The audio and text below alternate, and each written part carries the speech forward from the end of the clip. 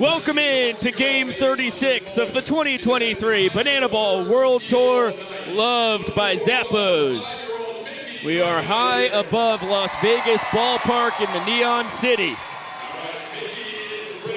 The beautiful Spring Mountain Ranch State Park in the background.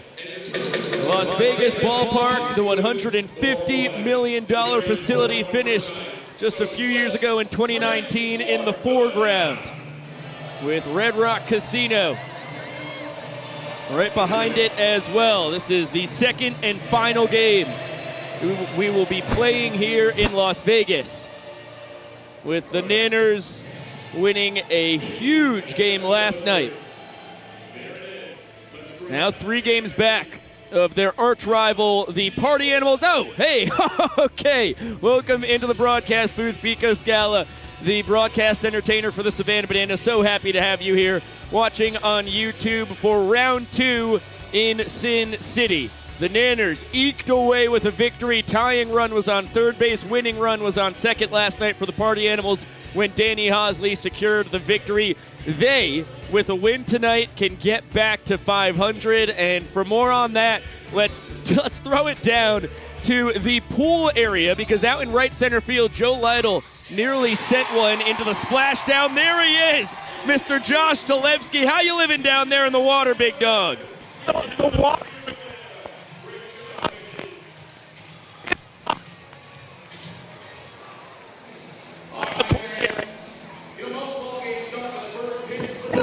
Josh, I'm going to ask you to hold the packs up high, hold that pack up high. Yeah, there you go. Terrific. He's going to find it. Now give me your voice here. You guys are going to help him because he's going to be blindfolded on us. Okay, yeah, you sound a lot better. Okay, Josh, well, as you are half submerged out in the pool with, looks like a bunch of kids behind you down there, and you get another glimpse of the broadcast booth here. How did the Bananas sneak away with a 4-3 victory last night, man?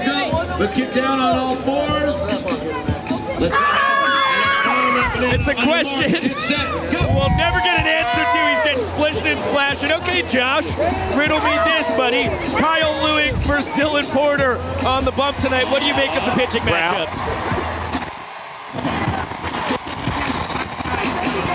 Use your ears, Robert. What's up? Really insightful information from Josh Talevsky so far tonight. He has found the And, okay, yeah, can you hear me now, Josh? Yeah, Biko, last night's game, really crucial for the Bananas. They're actually just 1 win away from going back to 500 on the season. We haven't seen that since the beginning of, or since March. So the Bananas, this is a really critical series for them. The Party Animals took Texas, and for the Bananas to come away with the win in the series here in Las Vegas would be big for them. Yeah, taking the state of Nevada would be huge. Okay, well, the fans chant behind you. One more for you. Dylan Porter against Kyle Lewix on the mound tonight. What do you make of the matchup with righty against righty? Pico, I'm looking forward to what Kyle Lewix is going to bring to the mound for the Bananas. He's been touched up by the Party Animals a lot in the first inning this season, but if he can get that under control, I think the Bananas are going to have a really good chance to come away with the series win. And by the way, they're swinging the bats better against the Party Animals pitcher Dylan Porter as of late. Porter in his first 11 games this season allowed 0 home runs. Now, in his last 3 appearances, how about allowing 4 home runs to the Bananas batters? That's tied for the most allowed by a Party Animals pitcher on this year's tour.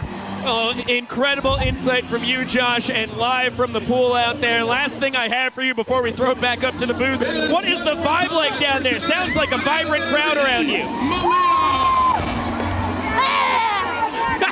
Stoic as the Statue of Liberty.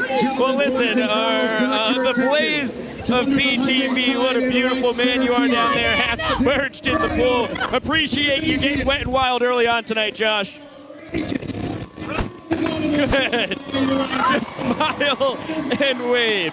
Smile and wave. Okay, let's cut off his microphone. Not the cleanest intro to a broadcast we've had on the tour.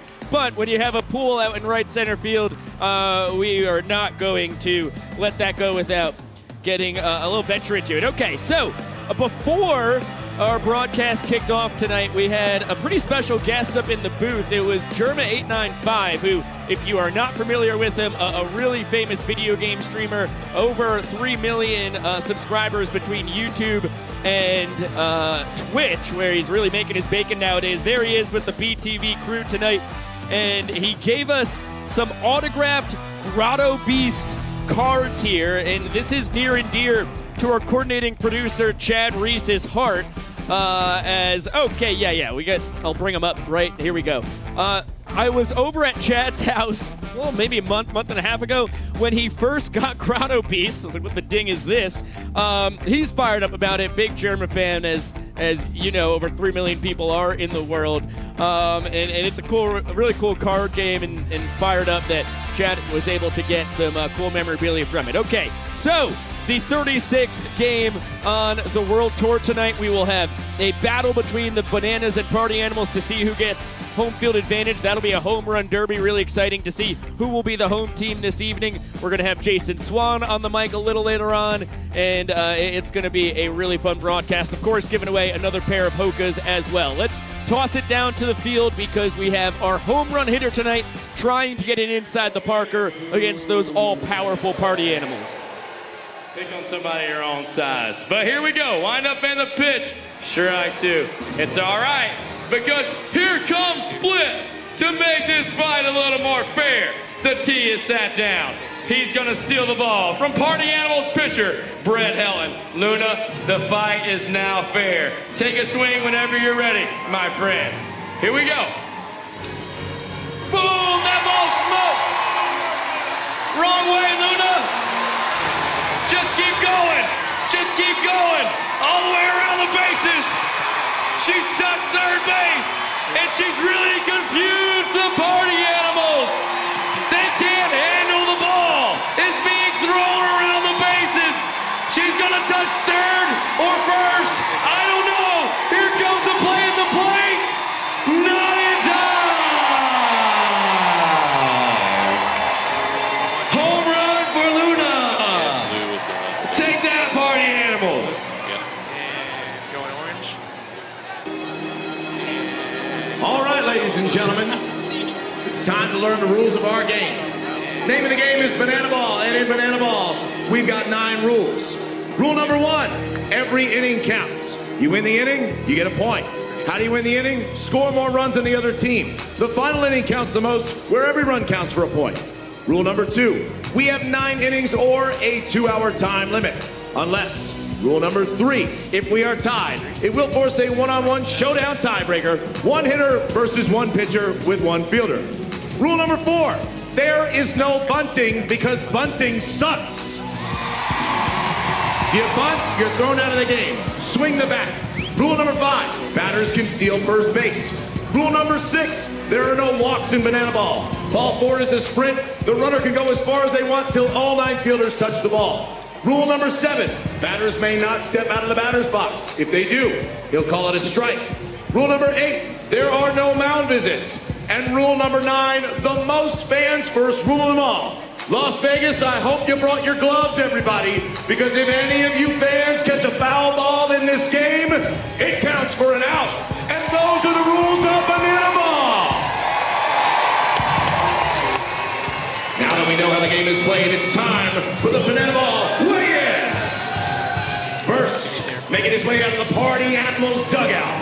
If you could craft a party animal in a lab, he would look like this man. He has been clanging and banging at every gym in Sin City all weekend long. Give it up for Mike Fava Fubisas.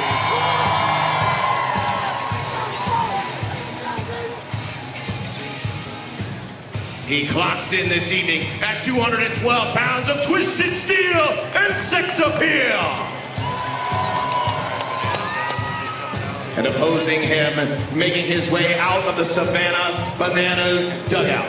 He is our hunkiest heartthrob. This man receives more legitimate marriage proposals in 1 week's time than most of us will ever expect to receive in our lifetime. And that's a dangerous thing in a city like Las Vegas. Give it up, ladies and gentlemen, for number 9.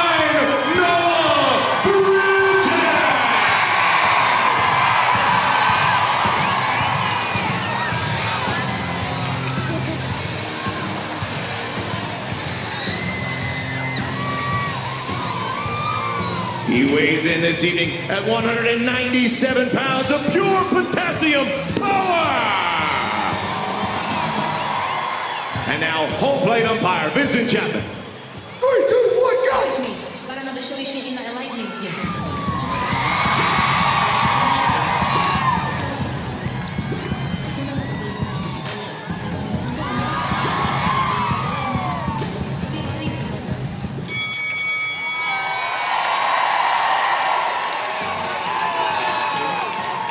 Now that we're weighed in, last night the Bananas were the home team, but tonight we're gonna do something a little different. It's time, ladies and gentlemen, for the Banana Land Home Run Derby! Now in Banana Ball, our Home Run Derby is a little bit different. Each team is gonna send one home run hitter out there, and they're gonna have 90 seconds to hit as many home runs as they can from 4 different positions. They're gonna start out there in center field with a self-toss ball. Then they're gonna do a soft toss here, close to second base.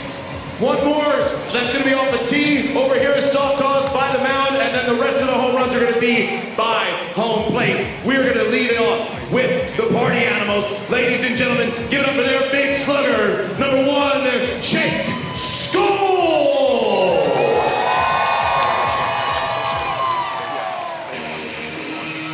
Whoever wins this home run derby gets the chance to select whether they are the home or the away team.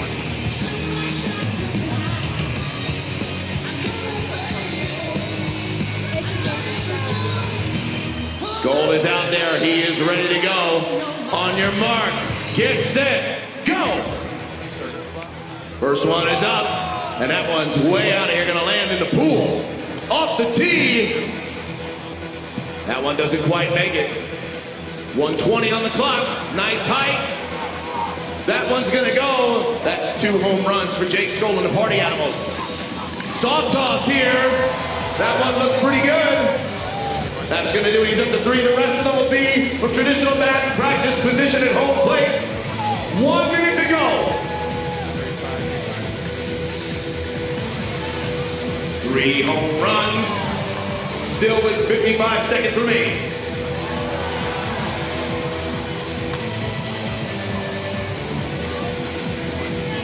.45 seconds on the clock. Good height, good distance. That one's out, we're up to 4. 30 seconds to go, that's 5 home runs for the Party Animals.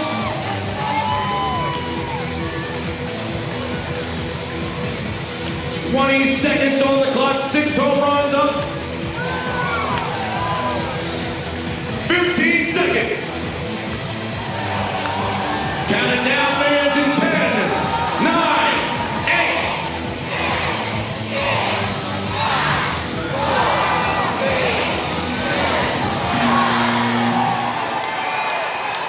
We'll wait for the final score. 10 home runs is the number to match or beat for the Savannah Bananas. A strong start for the Party Animals. But making his way to answer the call and representing your Savannah Bananas, give it up for the one and only Mr. Dan Obergs.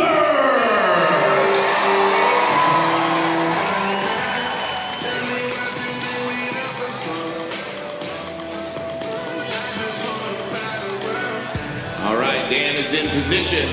He's got to match or beat 10 to have the advantage here. All right, Dan, here we go. On your mark, get set, go! There's the clock. Huge power, tremendous velocity. Gonna crack the lights up there. That one is out of here, off the tee now. Beautifully done. That's 2 on the board for Obergs. Here comes the soft toss.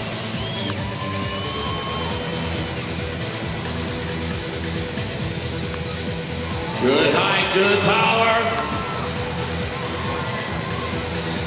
That one goes. Obergs is at home plate. He's got 50 seconds on the clock. Nice shot there.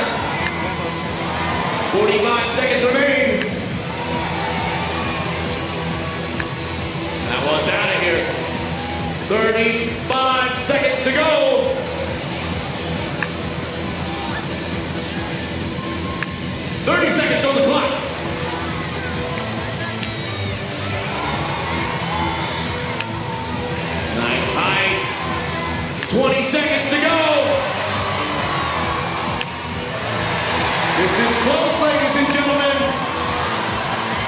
We're going to count it down in 10, 9, 8, 7, 6, 5, 4, 3, 2, 1. The Bananas have won the Home Run Derby. Let's bring our sluggers over to home plate. Get a word from Dan Overs. 3, 2, 1. Dan Overs, the hero of the Home Run Derby. What's it going to be? Will the Bananas be the home team or the away team? We want all the walk-offs here in Vegas. We're gonna be the home team. You heard it, folks. Bananas are the home team. It's time for Banana Ball. Safety.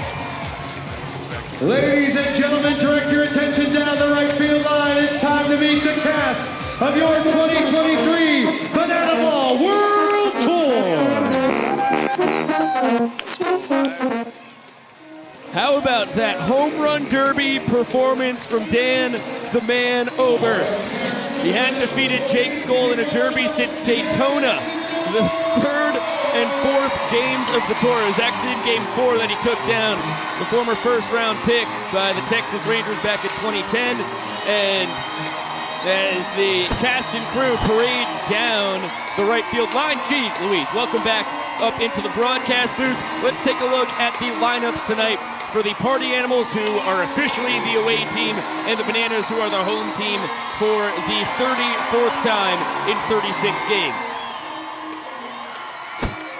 Leading it off for those Party Animals, as per usual, it's the switch-hitting right fielder, Mr. Reese Hampton, who's overtaken Bryson Bloomer for the top spot in batting average on the tour between last night and today.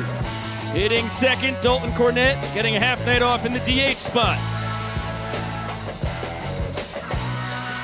In center field, hitting third, the aforementioned Jake Skoll, who just fell in the home run derby, 11 bombs to 10 at the hands of Dan Oberst. And Bryson Bloomer, the cleanup man, spent 56 days leading the tour in batting average. He is now second to his leadoff hitter, Reese Hampton. In the 5-hole, Tanner Thomas. Half night off last night. He holds down left field here this evening. The tour's leader in steals of first base, and now hitting 6th, Chase Acuff after 3 straight games in the 2-hole.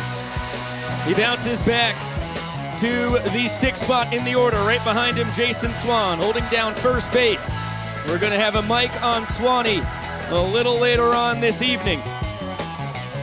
In the extra hitter spot, Breland Almodovar, the stylin' Hawaiian.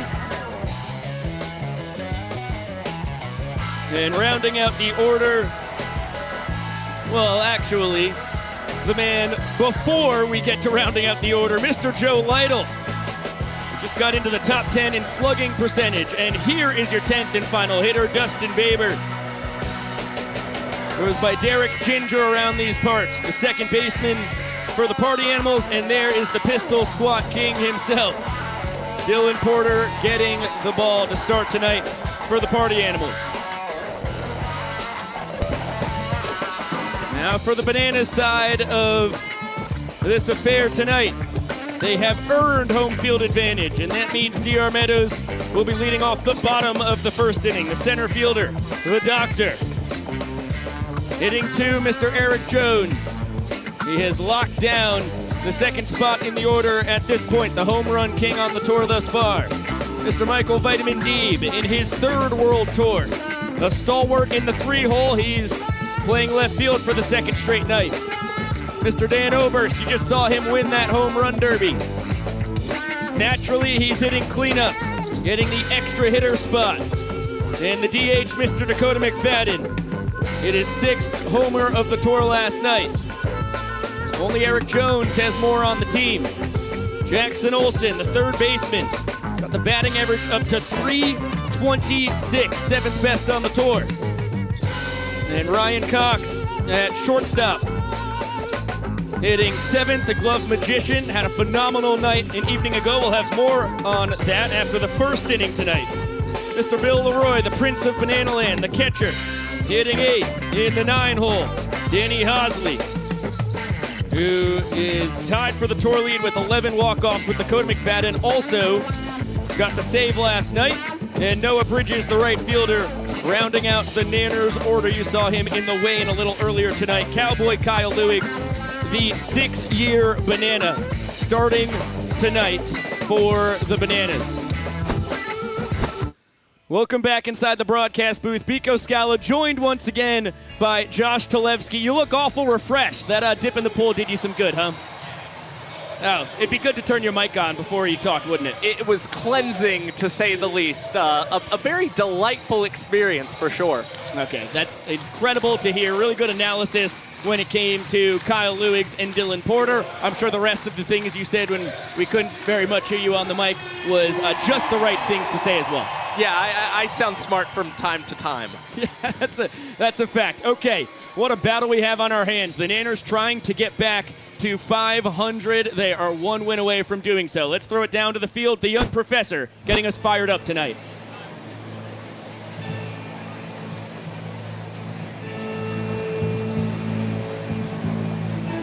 Ladies, gentlemen, boys and girls, and potassium enthusiasts from around the world, tonight, you and thousands of your friends here live, thousands more still watching at home on YouTube, have gathered here to witness something beyond your wildest imagination.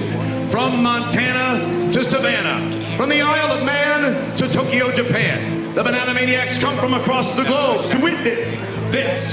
This is not baseball. This is the crucible where the fastest, hungriest, and most entertaining players are forged.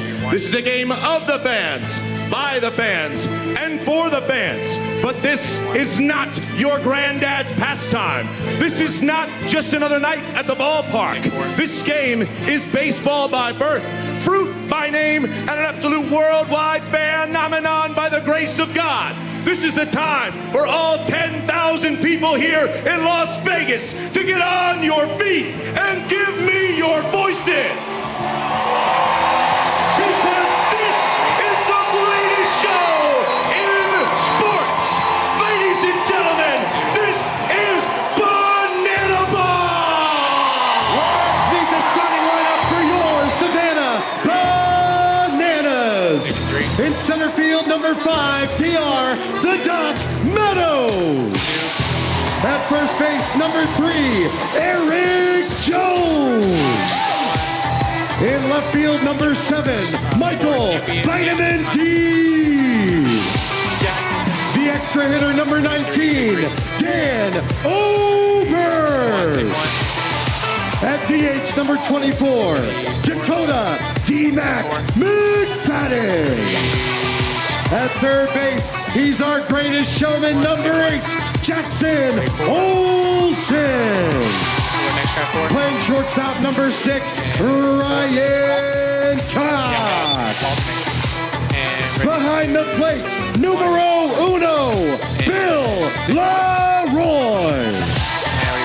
At second base, number 18, Danny Hosley. And in right field, number 9, Noah Bridges. On the mound for your Savannah Bananas, number 12, Kyle Lewis. Your Savannah Bananas are managed by Tyler Gillum and Adam Byron.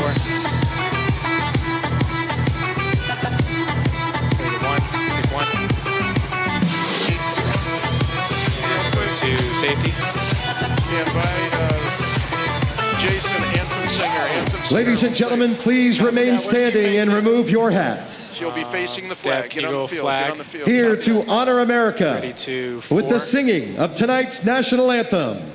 Please welcome Copy. Sierra We're Black. going to 4. Oh, say, can you see by the dawn's Bananas. 3. Can you get ready a early shot on the light party animals? what so proudly we hailed at the twilight's last gleaming, whose broad stripes and bright stars through the perilous fight o'er the ramparts we walked were so gallantly streaming, and the rockets are red glare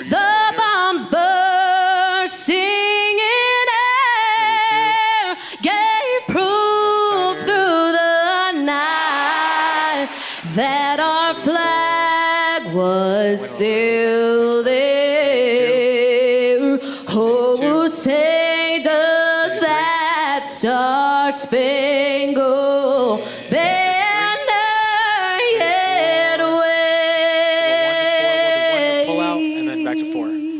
No, O'er the land of the free and the home of the brave. Ladies and gentlemen, Sierra Black.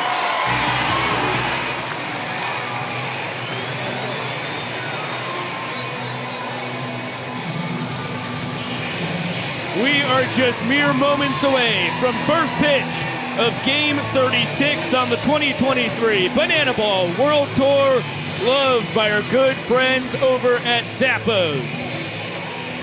Just a few miles from the Zappos headquarters, the Bananas and Party Animals do battle here in Las Vegas Ballpark. Night 2 in the Neon City. The Bananas winning a thriller 4-3 an evening ago.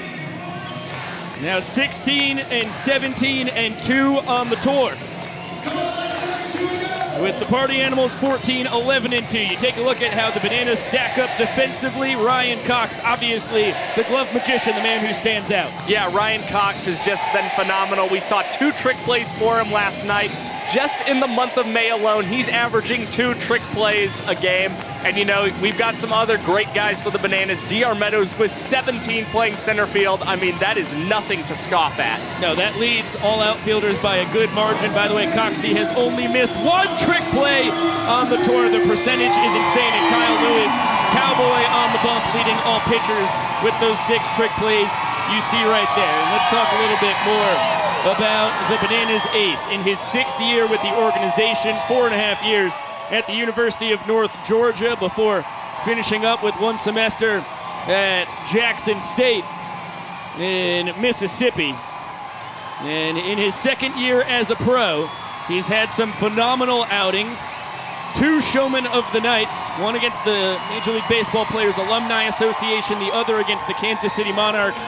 But last time out, he got ambushed by the Party Animals in the 1st inning. Yeah, and that's kind of been the story of the season for Kyle in a sense. I mean, he has allowed 18 runs for the Party Animals in the 1st inning this season. That's 35% of their total runs that they have scored off of Kyle Lewis the entire tour. And Kyle, he's been phenomenal in challenger games. 3 wins against challenger opponents, but here against the Party Animals, he's still seeking his 1st win of the tour. The 6.00 ERA may jump out at people. It's actually 0.42 runs better than the team average. Banana Ball is a hitter's sport, and boy, are these guys good at hitting. Reese Hampton, Dalton Cornett, Jake Skoll, and Bryson Bloomer, the big boppers of Banana Land. They all represent the first 4 guys in on-base percentage on the tour. They are as deadly as they come. Part of the reason why 35% of Kyle's runs have been given up in the 1st inning. And Tanner Thomas, Chase Acuff, Jason Swan, Breland Almodovar, Joe Lytle, and Dustin Baber do not offer a whole lot of respite. Yeah, but it's been the top 5 who have really done a good job going up against Kyle Lewis. Really, Bryson Bloomer batting the lowest against him as we send it down to Jesse Cole now. So on 3, I'm gonna need every single person here to yell, start the clock. 1, 2, 3. Showtime. Leading off to the Party Animals. It'll be the switch hitting right fielder Reese Hampton, 12th round draft pick of the Detroit Tigers back in 2018. In 4 years with the organization, was a Gastonia honey hunter in the Atlantic League a summer ago, teaming up with his partner in crime, Jake Skoll, waiting in the 3-hole tonight. The .392 batting average you see right there leads the tour. That broke a 56-day reign for Bryson Bloomer in the batting average department. Hampton 2 for 4 last night. A double off of Jared Donaldson from the left side, a home run off of the spaceman Bill Lee from the right side. Yeah, and last Saturday, Reese Hampton had a 3-game extra base hit streak snapped. Now, how does he follow that up after having it snapped? How about a double and a home run? Bender low, count 3-1 on the dangerous leadoff man. Also leading the tour with the 39 runs he's scored. He takes his 16th sprint overall, racing towards second. Going to be a close play. That was until DR bobbled the feed. Coming into the outfield, remember when ball 4 is fired in banana ball, all 7 fielders behind the pitcher and catcher have to touch the ball before it's live. Manners have become deadly in their sprint defense. But Hampton now has as many sprints as he struck out on the tour, 16 and 16 apiece. And Dalton Cornette brushes Bill Leroy's teeth coming up to the dish.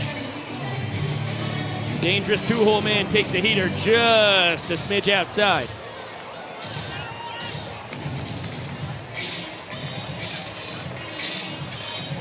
The pride of POTASSIUM, Kentucky, in his second tour with the Party Animals.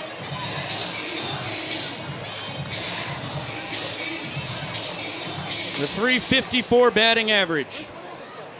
5th best on the tour. He only trails Jake Skoll, who's on deck, Dan Oberst, the cleanup man for the Bananas, then Bryson Bloomer, the Party Animals cleanup hitter, and of course Hampton on second base. It's really tough when Party Animals have the top 4 guys in on-base percentage, 4 of the top 5 in batting average, and the top 4, check that, top 3 in slugging.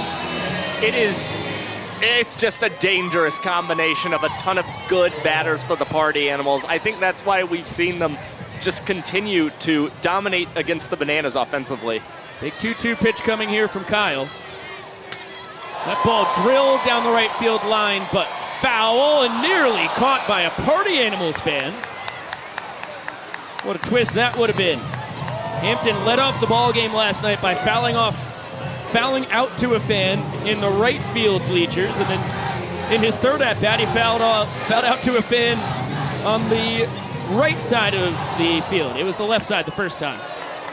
I boofed it, throw it in the Pico's blunders category for the second annual Splitsies.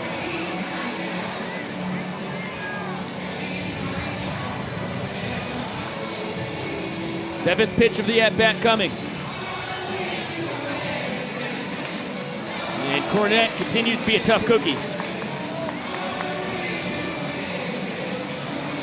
Dalton's only struck out 6 times on the tour. It's tied with Bananas catcher Bill Leroy for the lowest overall. There goes Reese for third, pitches a ball, throw, not in time. Boy, it didn't look like he got a great jump. And you never want to make the first out at third, but with that burning speed, he is now 13 for 15 in stolen base attempts. And we've seen Reese collect quite a few stolen bases recently as Kyle's payoff going to be fouled off again by Dalton Cornette. I mean, when Reese starts to steal the bases, they come in waves, and then he'll have periods without stolen bases for a couple of weeks. But Reese, up there with Bryson Bloomer for the Party Animals lead on the season.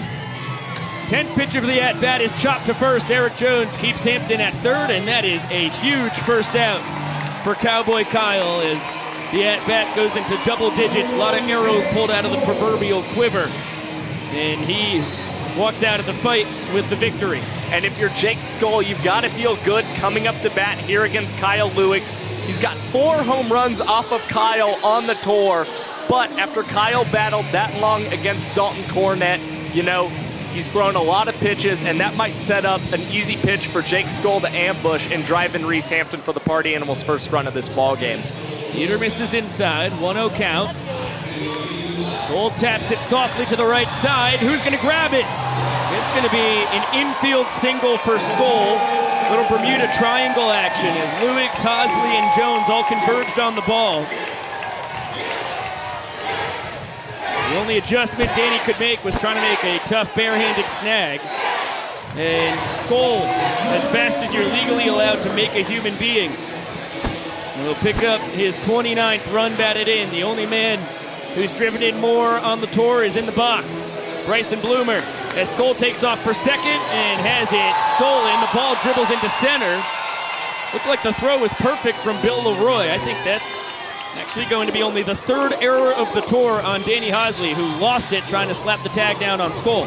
Yeah, not a terrific inning so far for Danny Hosley. Again, on that last play, the ball kind of in a weird Bermuda triangle in the infield. Hosley thought Kyle might take it and try for a trick play, but instead, Skoll getting on base and then able to swipe and advance to third. Hosley unable to come up with that ball at second. Bananas bring the infield in once again. Bender gets the zone, count 2-1 on the Party Animals third baseman. That ball line right back where it came from. Bloomer has his tour leading 31st run batted in as Skoll touches home for the 37th time. Only Reese Hampton, who scored his 40th run on the tour, has more. And the first inning woes continue for Cowboy Kyle Lewicks. 2 runs in, only 1 out thus far. Well, if there's any solace for Kyle Lewicks here in the first, only 1 of these runs earned so far after the error from Hosley at second base. It's a fact. Bloomer leads off first. He's the Party Animals leader in steals, 14 for 17 overall. Tanner Thomas chops that to second. Hosley only has a play at first, glove to glove, as EJ fires it behind the Boomer. And a big second out for the man out of Richmond Hill, Georgia. Now Chase Acuff, the St. Pete kid. Spent the last 3 games for the Party Animals in the 2-hole. Made it so that all 10 of their hitters were separated by the way they swing, especially with Hampton, the switch hitter at the top. But Mike Vivacis and Sam Claycamp go back to Cornette and Skoll, a couple lefties hitting next to each other. Acuff gives it a drive, but D.R. Meadows out in right center puts it away. Party Animals scored 2 runs on 2 hits, strand a man. And the Nanners will need 2 in the bottom of the first to tie the inning, 3 to win it. The Bananas won the first 3 innings last night. Easy, breezy, beautiful.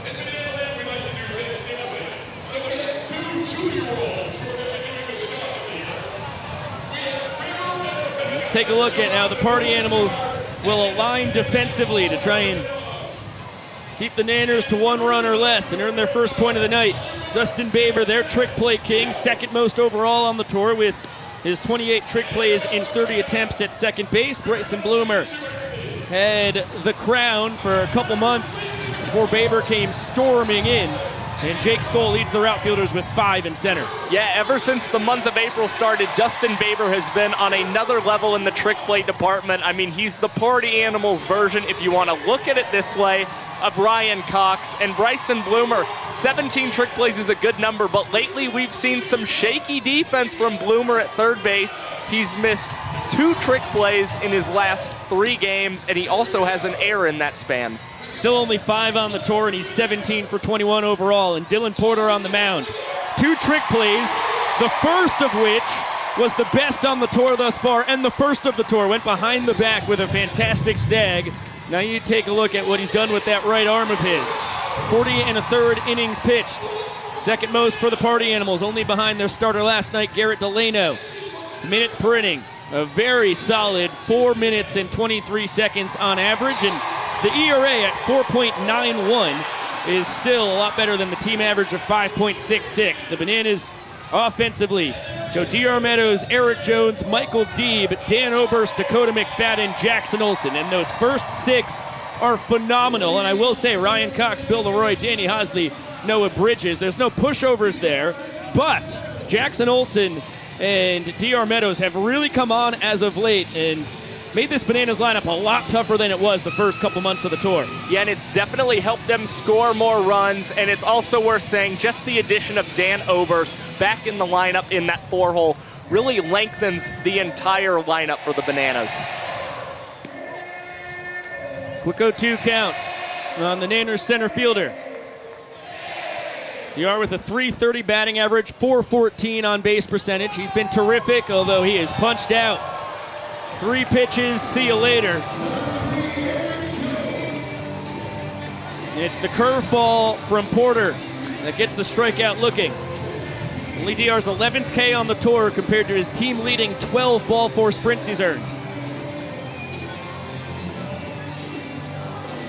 What a start for the man out of Oakland, California on the bump.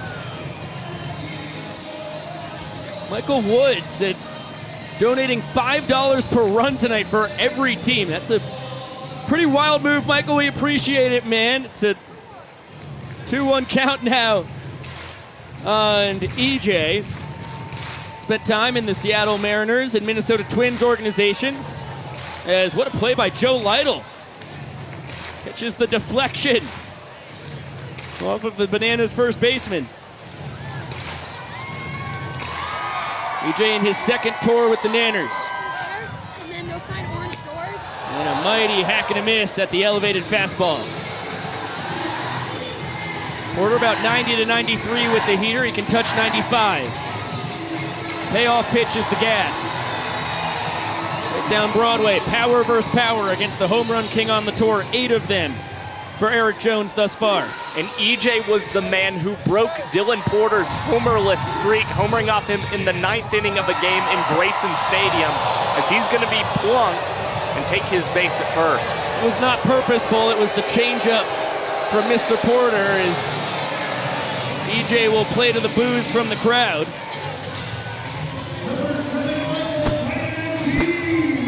It also allows the Bananas to bring the inning-tying run up to the dish as you see EJ right off the elbow guard. That's where you want to get hit.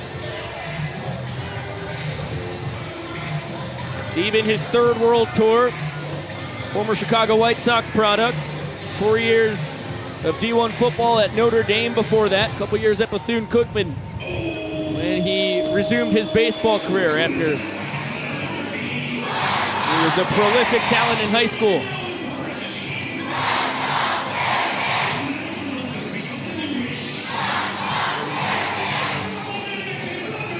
2-0 coming to the man out of Davie, Florida. Bounce to short. Acuff gobbles it up, flips to Baber. Jump throw to first, not in time. It'll be a fielder's choice, but the Bananas 1 out away from ceding the first point available tonight to the Party Animals.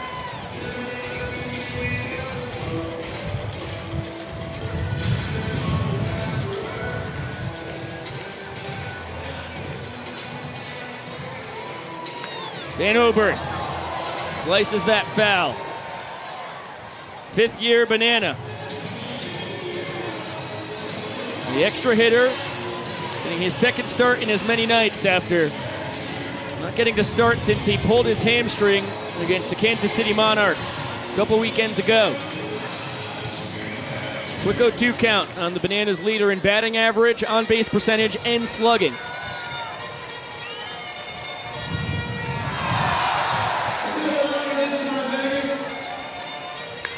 That ball lifted out to right. Reese Hampton right on the edge of the line will put it away as the Party Animals win the first inning. 2 runs to nothing. It was a heck of a start to the inning for Mr. Dylan Porter. 3 pitches and a strikeout of DR Meadows.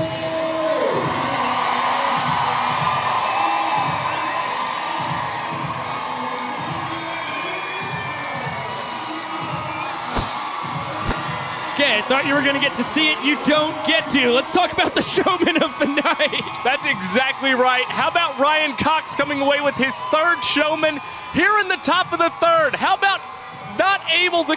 He avoids the collision with Jackson Olsen, makes a great catch. And then how about killing the 3-2-2 there with Donnie? Now, in the 3rd inning, Ryan Cox ground ball deflected off the glove of Dustin Baber. Oh, no. And Pico, are you okay? I don't know. I don't know what is going on right now. Pico does not seem okay. We're gonna take these guys. I'm like Floyd Money Mayweather, baby. We're robbing a bank, baby. Let's take these guys. I like Floyd Money May, baby. That's my brother. That's my boy. I like Floyd Mayweather, man. That guy's a businessman. That guy's a fighter. Party Animals are fired up, baby. This is our city. This is our city. We're winning tonight's game. Party Animals are winning tonight's game. We're winning. This is our city, baby. Las Vegas. Oh man. All right. Good try by my brother Reese.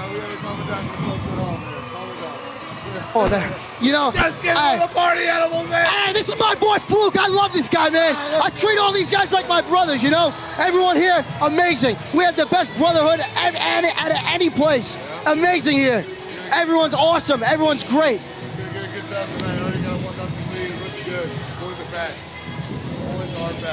Boys are ready to win. Hey, I'll be your best friend off the field. In between those lines, it's business. In between the lines, it's business. We are business here. In between the lines, we're business. We're in Las Vegas. We're business, baby. We're taking these guys tonight. Let's go. This is our city, Las Vegas, Nevada, baby. This is our city. Party Animal Nation here.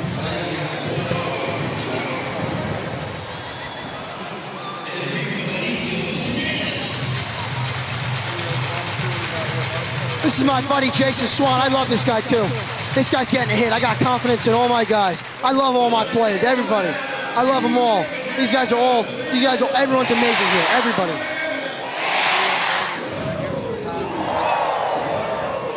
Let's see this. No, little up, beautiful. Little up.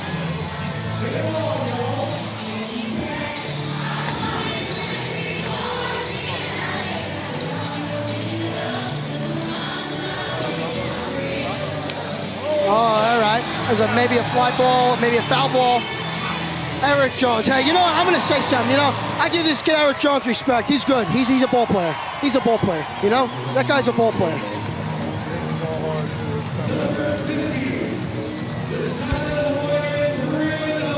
You know, this is a show, but here we play baseball too. This is a show, we play baseball too.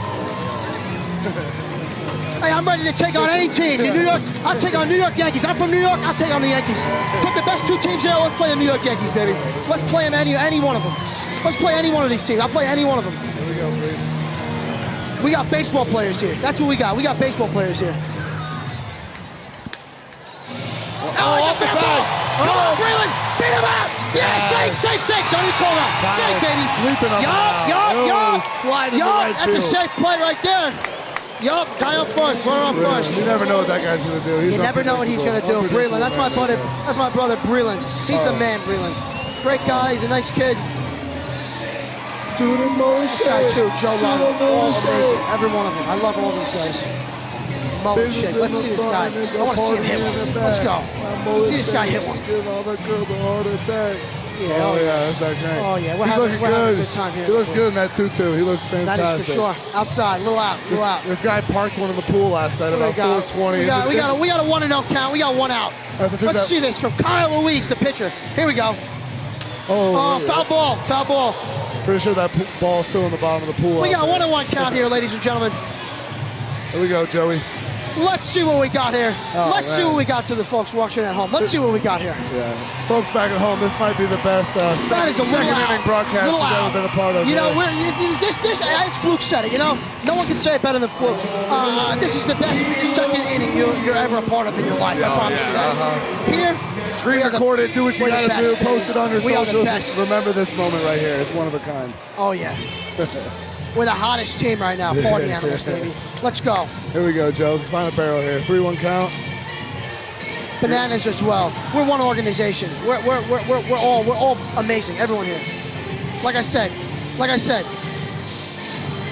In between the lines, you're my enemy. There's a bat. Off the field, I'll be your best friend. Look at Steve in the K Club. Just make sure you keep the prisoners hydrated. I like that. Oh yeah. Hey, we treat everyone with respect. Hey, where were we? Hey, we were in one place. Where were we? The prisoners were helping us out. Hey, I talked to this guy. Well, this guy did a long time in prison. I give him respect. I don't care. Montgomery. I give everybody respect. No matter who you are, where you come from, what you do in life. Look at the boys. I give everyone respect. Look at the boys. No matter who you are. Conor McGregor is in the building, baby. Oh, He's man, here we to need take him. over. Maybe. Let's see him. McGregor forever. Look at the boys.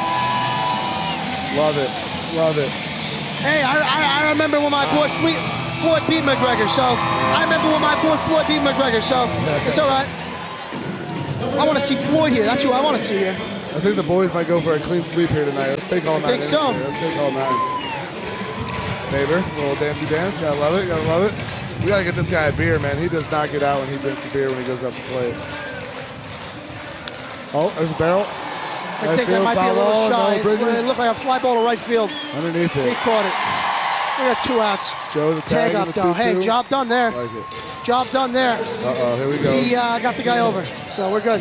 And we got Skull up. We got a lot of confidence on this guy. This is Reese Hampton, but yeah. Reese Hampton, I'm sorry. Hey, Reese or Skull, I'll put my money on him every time. I'll put my money on him every time, those two. Yeah. I love those two, and they're our top dogs. That's one thing I those can two say. are my top dogs, baby. I'm glad they're on them our every team. time. We got horses on this team, baby. Oh, look at this guy. We're a bunch of race horses. That's what we are. Nice little poke in left field. That's all right, he hit it hard. We got race horses. That's what we are. All of us. All of us. Got one across there. We're looking good. Hopefully steal this second inning.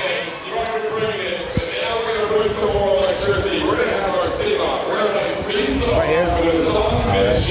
Hello. Bye-bye. You guys hear us? What's up, fellas? Hey, we got Mike Basis on field, baby. Hey, it's not your Pico. It's not the guys. We got Sherman Funk up here, baby. We're taking over. We're taking over, Mike. What do you think, Mike? Being as the coach, Mike, you're the coach of this team. What do you say, Mike? We're taking over. We're winning tonight. We're winning all 9 tonight. That's what I just got done saying. We're winning all 9 tonight. We're taking all Mike's 9. fired up. Mike's a dog. Mike's a competitor. We are fired up. The boys are ready. Mike's a competitor. Mike's the man, baby. We got dogs on our side. We're taking these guys tonight. That's for sure. You better believe it, Sherm. We got hearts. We got big hearts on this side. Party animals. We love everybody, baby. We are the party animals. We have a good time, but we love and respect everybody. Absolutely. That's what we do. Hey, how's it on the field? How's it like? Oh, it's electric out here, fellas. I mean, I don't know where y'all are at right now, but are you up in the booth? Oh, we're up top of the booth. Oh, I don't know where you are. Let's give us a little wave, Mike. Where you at? It's electric out here. I'll tell you what. I thought Tampa. I think this might be way louder than Tampa tonight. This is unbelievable. Vegas is insane. This is insane. I don't know if you guys seen, but we had the money line over at the Red Rock. We had the party animals minus 400. I went to the casino right before the game, baby. Me and my boy Fluke, we have a good time. I went to the casino right before the game. It's the party animal city. They gotta have money on us. I'm loyal towards everyone. Mike's my coach. I tell him everything. That's right. Mike's my coach. I tell him everything. That's right. That's good with me. I tell him everything. I don't care. I went to the casino a little before the game. We're having a good time. We're having fun. I hear nothing, Sherm. I hear nothing. We love it, you know. Dude, that's our coach, man. You're ratting ourselves out. What are you doing? We're going to be on the bench forever, dude. Hey, that's how it is, man. All these people talk. You can't trust no one these days, you know? I trust my brothers. That's who I trust. Yes. What do we got? All the guys around me. What's the outcome here, Mike? What do we got the I used to be a outcome? fireman for a little. Hey, I want to do a little shout out. Shout out Island Park Fire Department. You guys are amazing. You guys are great. Big shout out, you guys. Sherm, you know everyone, man. Hey, you know, I try. Man, I hope one day I'm as cool as Sherm. No, Mike, you're a pretty cool guy, Mike. You're a pretty cool guy. You up there at Pico right now? We're up there with Pico. Oh, poor guy. Yeah, I know. I feel so Poor bad. guy, Pico. I feel terrible. No, you guys are chatting his ear off, chewing his ear off. I feel terrible for this guy, you know? I love it. So what's the predictions for tonight, gentlemen? What are we thinking? What are we thinking the score? Oh, I'm thinking it's going to be almost a clean sweep. I'm going to go like to be a little D-Mac. He hits, man. This guy hits it. He lets it catch up. We got Skull out there. He gets everything. Hey, I want to be honest with you, Mike. Yes. Hey, I faced this guy last night, lefty guy. I forget his name. Michael Deep. Hey, these guys do books, all this craziness, all the... The kid hit a home run off me, Mike. The guy caught it at 415 feet. I'm a pitcher. The hardest thing in this life is to do is to hit a baseball. And I'm a pitcher, coming from a pitcher. So I tip my hat to him. Oh, watch out. All right, Bravo, you're getting told you're getting the boot, you know. You got the boot? Mike, I'm calling you, Mike. We need you out there. I got to come up? Man, you got to coach the boys, man. You got to coach the boys. We love you, Mike. Over and out, brother. All right, see you, boys. See ya, baby. See ya. Hey, we're back. My boy Porter's on the mound. I bet on this guy, too, every time. My boy Porter. I bet on all my dogs, baby. I bet on all my dogs. I don't care. We got a lot of bets in on I bet on all of them. These guys, I'm around these guys all day long. I bet on all Oh, of look them. at that Bayou, Olsen. Come on, buddy. I bet on all of them. That's the problem with this world. Show love to the people around you. Show respect the people around you. You know, we all grow together. We all build together. We're a brotherhood here. That's what we are. There you go, Porter. Good babe. I bet on my boy Good Porter babe. every time. Oh, yeah. Oh, that's They're awesome. putting signed photos of me in there. Yeah, I love the fans, man. I do. I love all the fans. I'll tell you. Awesome. I do love the fans, man. Without you guys, we wouldn't be here. So I love all of you. Look at this, Sharon. Look at you. Hey, I try to respect everybody. I try, you know. You do a damn good job of that. I come from New York, so I try, you know. Hey, sit him down. There he is! Got him! Olsen! We got Olsen, baby! This is the greatest show! There you go, Porter! Way to get him, buddy! Way to get him! Good! Blow him a kiss. Sit him down! See you later, Good, buddy. Porter! Sit him down! Yeah, right that cave. Sit him down! Good! Get the next guy too, Porter. Let's go. The next guy too. We're between the lines. It's a fight. Let's go.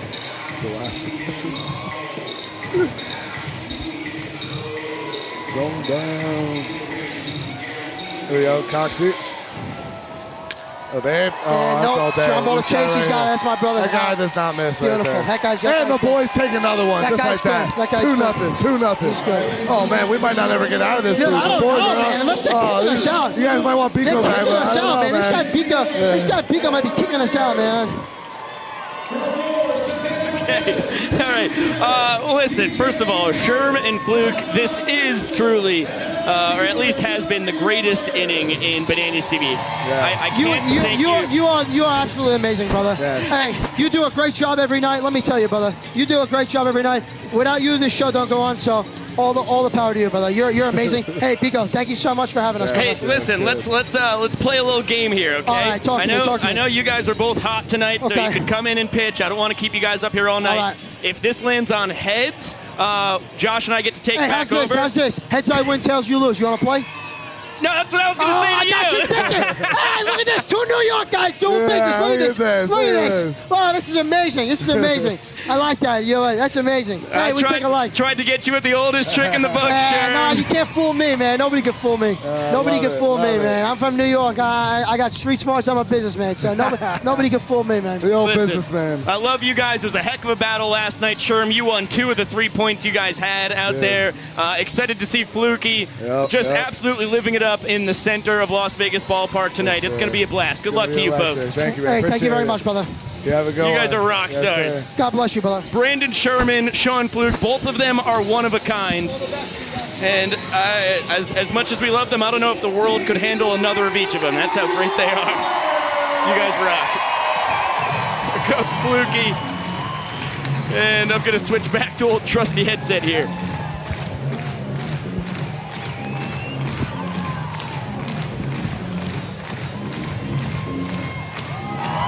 Josh Talevsky, welcome back to the microphone to you too. How are your cheeks doing after that inning off of the headset? I'm feeling a little groggy, buddy. I don't know what the party animals are doing, but you know, good to be back on that headset. And I guess the party animals up 2-0 in this ball game.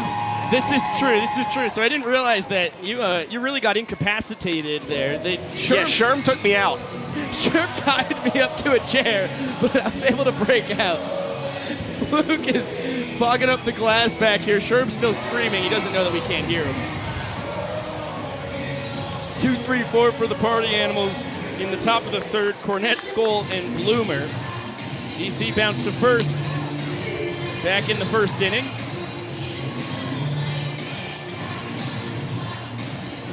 Two of the biggest personalities that the entertainment capital of the world has ever been lucky enough to have within its borders. And as great as Sherm was last night, he's been excellent in relief after being one of the main starters for the party animals first month or two on the tour. Sean Fluke has moved into a starting role, and he's turned in back-to-back dazzling performances. Yeah, Sean Fluke has been phenomenal. In fact, one of the lowest opponents' batting averages on the tour. As how about this? A rare strikeout of Dalton Cornette there from Kyle Lewings. It's only the 7th of the tour. It's still low for the party animals, but that gives Bill Leroy sole possession of the least amount of Ks overall with 6. And I know that's a pitch that Cowboy Kyle has been begging for all tour long. He wants that inside corner, especially with how powerful the big boppers on the party animals are. DC didn't agree with the call from Vincent Chapman. Good frame, though, by Bill Leroy. And a huge first out for Kyle. The sword for Mr. Jake Skull. An infield single, got a ribeye out of it, came around to score his first time. Now Now Kyle brings in Hosley, Cox, and Meadows. A little synchronized boogieing. Black-eyed peas here tonight. Boom, boom, pow. That thing smoked down the left field line. And Skull's gonna have extra bases. Cruising towards second, he's digging for 3. Throw from deep, not in time. Stand-up triple for Jake Skull. And the Party Animals, after scoring 2 in the first, 1 in the second, winning each inning, take a 2.2-zip lead. Have a man on third with 1 away. And Jake Skull just continues to hit Kyle Lewicks hard. He's batting over 400 against Lewicks, and he might be on cycle watch yet again. He had the first cycle in Banana Ball history already with a single and now a triple in this ball game. Still the only cycle in Banana Ball history as the heater gets the bottom of the knees to Bryson Bloomer. Line drive single and an RBI right back up the middle his first time. Bananas bring the infield in, that one back to Kyle. Flip to the plate, and Skull's in a rundown. He tries to Alex Rodriguez to Bronson Arroyo that thing, slap it out of Bill's glove. Tight squeeze by the Nanners backstop. And that was a huge play by Kyle on the bump. Yeah, really smart play from Kyle Lewicks, who, you know, you think whenever a ball is hit back to Kyle, he gets more comebackers than any other player on the tour. It might be a trick play, but Kyle just goes for the safe throw to Bill Leroy, and they're able to get Jake Skull there at home. Bloomer his first time nearly took the cowboy hat right off of Kyle's head with a line drive. As a heater just a bit inside to Tanner Tinder Thomas, who got walked up to the plate with a couple of Las Vegas's finest ladies. Skull off on the pitch. Check that. Bloomer off on the pitch. Party Animals swiped 2 bags in the first inning. It was Hampton and Skull. Bloomer leads the team with his 14 stolen bases.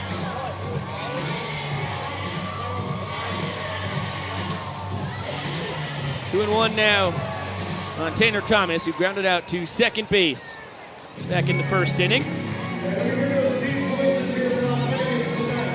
Tanner, 2018 and 2019 collegiate Banana. He was at Tallahassee Community College. Spent 3 years at Virginia Tech after that. As Bloomer's off again, this ball driven to center. D.R. Meadows turns his back to home plate. He's not going to get there. One hop off the wall. Bloomer cruises in as Tanner Thomas has an RBI 2-bagger. And the Party Animals have scored in every inning tonight.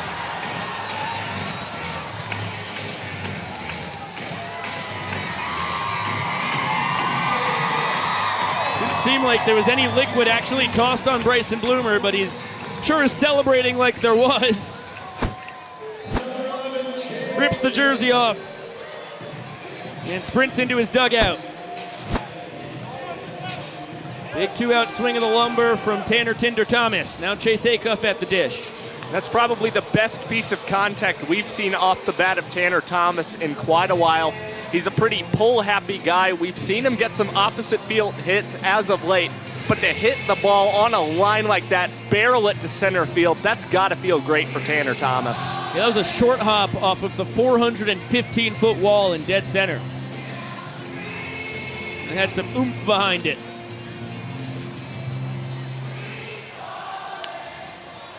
Count 0-2 on Acuff. Party Animal shortstop flew out to center his first time.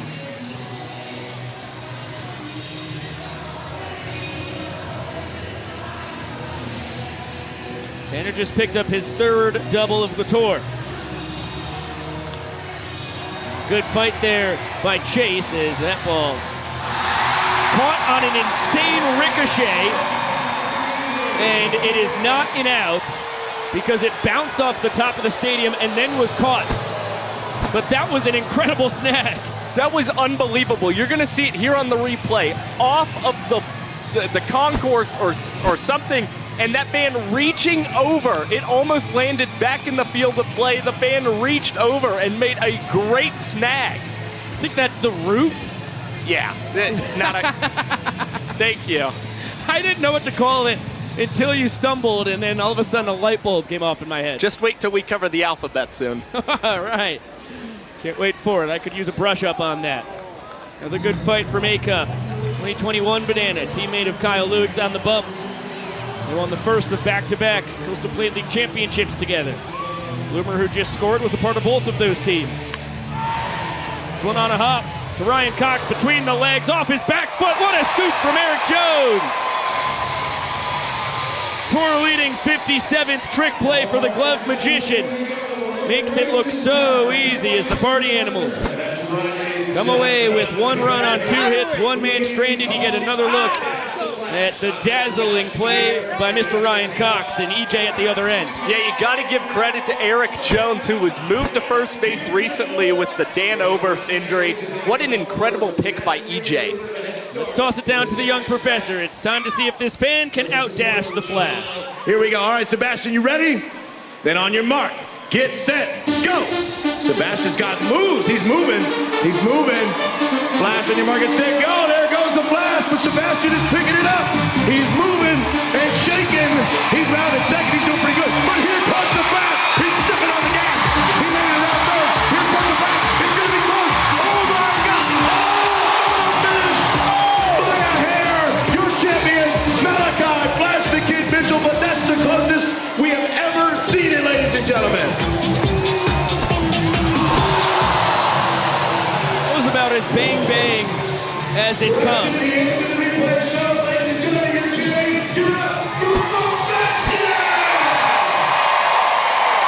And after the young professor said Malachi Mitchell originally won, they're going to reverse course and say the fan was victorious. Look, the classic rule is the tie goes to the runner, and in our case, we're not talking about Flash the Kid. It's an excellent point, Josh. Dylan Porter out for his 3rd inning of work. He's been handed a 2-run lead in the first, now a 1-run lead for the 2nd straight frame. Niners have failed to score against him. It's the bottom of the lineup, 8, 9, and 10. Bill Leroy, Danny Hosley, and Noah Bridges. Due to swing it here in the bottom of the 3rd.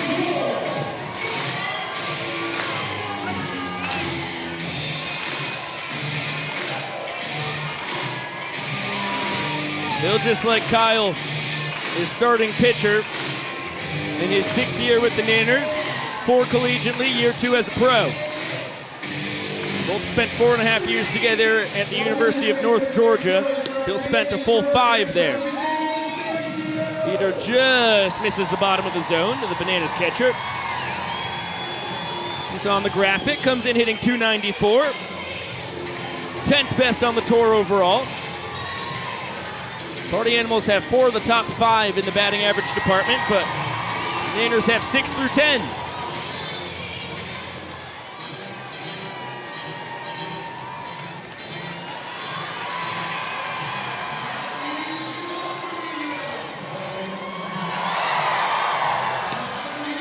And a 3-1 count on Leroy, who represents the innings tying run. Yeah, and for Bill, it's all about getting on base. That's what he is phenomenal at with the Bananas, currently riding a 3-game hit streak. And he's going to draw yet another sprint for the Bananas as well, something that he has become excellent at. Bang, bang, play at second. Bill's out! Party Animals with tremendous sprint defense. The flip from Thomas to Hampton and the tag from Reese just in time. And the Animals will do their best Billy Squire stroke celebration. As you take another look at it, good call by Randy Voss in the field.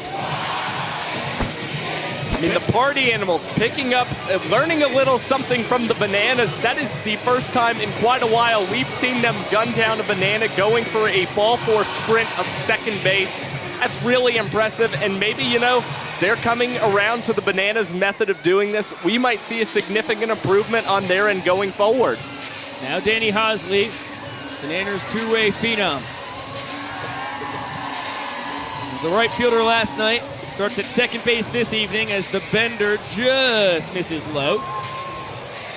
Dylan Porter will take his time walking around the mound, regain his composure. Nobody shows more emotions 60 feet and 6 inches away from home plate. The Dylan Porter, who goes between his legs, his third trick play on the tour in as many tries. Snazzy work by Swanee over there at first to help him complete that one. That's the first time we've seen Porter try and go between the legs on a trick play there, and you think he kind of rushed the throw there at the end, but give credit to Jason Swan holding on the bag there at first.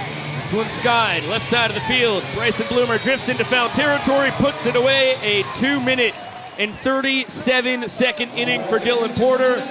The Danners won the first 3 last night. The Party Animals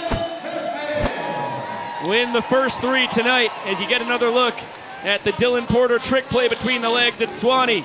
Switching from the right foot to the left on the bag. That was a nifty play by the 5-year man out of Georgia Southern. Welcome up into the broadcast booth, Biko Scala, Josh Talevsky, and you teased it a couple moments ago. We're going to learn a little bit more about the alphabet. Yeah, that's right. We're doing some more statistics here with the Bananas, and this time we're getting into the alphabet a little bit. This is Banana Land's alphabetical analytics by yours truly. So, the English alphabet, just a quick refresher for you, Biko. Thank you. It is A, B, C, D, E, F, G, H, I, J, K, L, M, N, O, P, Q, R, S, T, U, V, W, X, Y, and Z. I needed that. And here you can see some fun little drawings of the alphabet. They're so cute. The alphabet also shows up in popular culture. You can see it in alphabet soup, which is consumed by millions of people worldwide. Delicious. Mostly in the United States. And also in pop culture, such as the former ABC comedy George, starring George Foreman. Right. Everybody remembers that one. Now, here's our alphabetical analytics. How about a diagram of players with double letters in their name versus players without? You can see Michael Deeb, Dakota McFadden, Dakota All-Britain. You've got quite a few guys. Tucker Perry not going to be pictured here. And, you know, you've got Bridges, Porter, Cox. These guys do not have double letters in their names. But we've got kind of a gray area here, Biko. How about guys who have nicknames that have a double letter? Right. Slam and Sammy Claycamp, Vinny DeRubius, and Alex Ziggy Ziegler. Okay, Josh, you've given us a lot of great statistical breakdowns on the tour thus far. What does this one mean? What does it all turn out to mean, man? It tells you that these players have double letters in their names, and those guys, the guys on the right side, do not. Yes. I don't know what you're not following here. It's an astute observation, and that's everything as it comes to this presentation, huh? Yes, but of course, I'd like to thank you and many others for watching this PowerPoint. Okay, great work. Our ball game is not resuming here. It should be in the top of the 4th inning, but we have a lightning delay, the first of its kind in Banana Ball history. So how about that? It was Milestone City last night in Vegas, and tonight we had another landmark evening onto this wild 2023 World Tour. Yeah, I mean, this was not expected when we landed in Vegas, but anything happens here in the entertainment capital of the world. Yeah, that's a fact. I was told that they only get 4 inches of rain annually here. We're surrounded by the Mojave Desert. You have mountains all around Las Vegas. But we had rain last night. There was threatening rain tonight. We had crazy wind. It actually smashed to smithereens one of our very expensive cameras. So we're going to be sending an expense report to the mayor of Las Vegas, whoever they are. And now we have lightning. I mean, I feel like I was sold a 3-pound pig and a 10-pound poke here. Wow. Yeah. Okay. Shout out Grandpa Larry for the old pig in the poke. Yeah, I've never heard that once in my life. That I like that one. I don't know if I used it correctly, but you know, there's something there. A roundabout way, I'm sure it makes sense to some. Not to me. I'll be honest. I'm not tracking. Listen, you guys down in Athens, you're not buying pigs and pokes like we are consistently up in Saugerties, New York, obviously. Yeah, I'm not one of those farm-bred boys. No, okay. Well, listen, let's hop into the chat real quick because what a better thing to do. Well, we wait for the weather to acquiesce to our demands here. Todd says Josh's banana analytics with the alphabet. Yeah, astute observation there, Todd. Steve says he prefers TikTok over Instagram in general because the IG feed is about as bad as Facebook. I didn't realize when I started reading this comment that it was an in-depth analysis of news feeds and social media.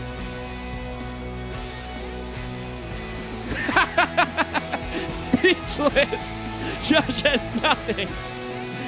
And Todd blasts out the weather delay. And now, Steve, this is the comment I really wanted to get to. Said, this is the best Venn diagram I've ever seen. Steve, I appreciate it. I couldn't have done it without the help of some of our crew as well. And again, I think the statistic is pretty self-explanatory. I'm baffled that you weren't comprehending what I was trying to explain to you.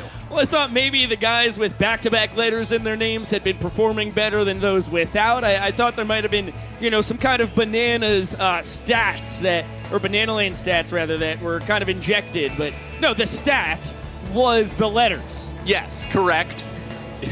You're picking up on this now. Okay. A couple minutes later, and you got it. It's really good stuff. Savannah was a big fan of the PowerPoint.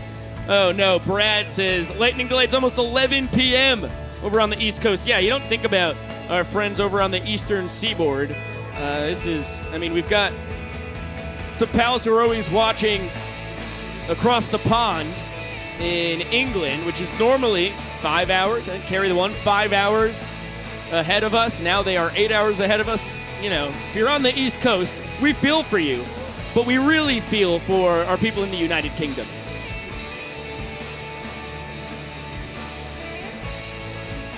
Terry going to go out and walk the Greyhounds during the lightning delay.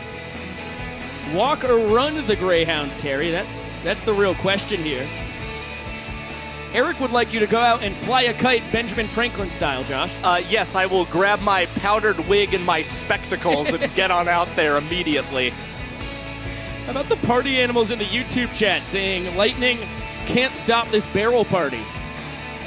Good point by them. 2 runs in the first, 1 in the second, 1 in the third. They lead 3 points to nothing in our game. Currently delayed by the elements.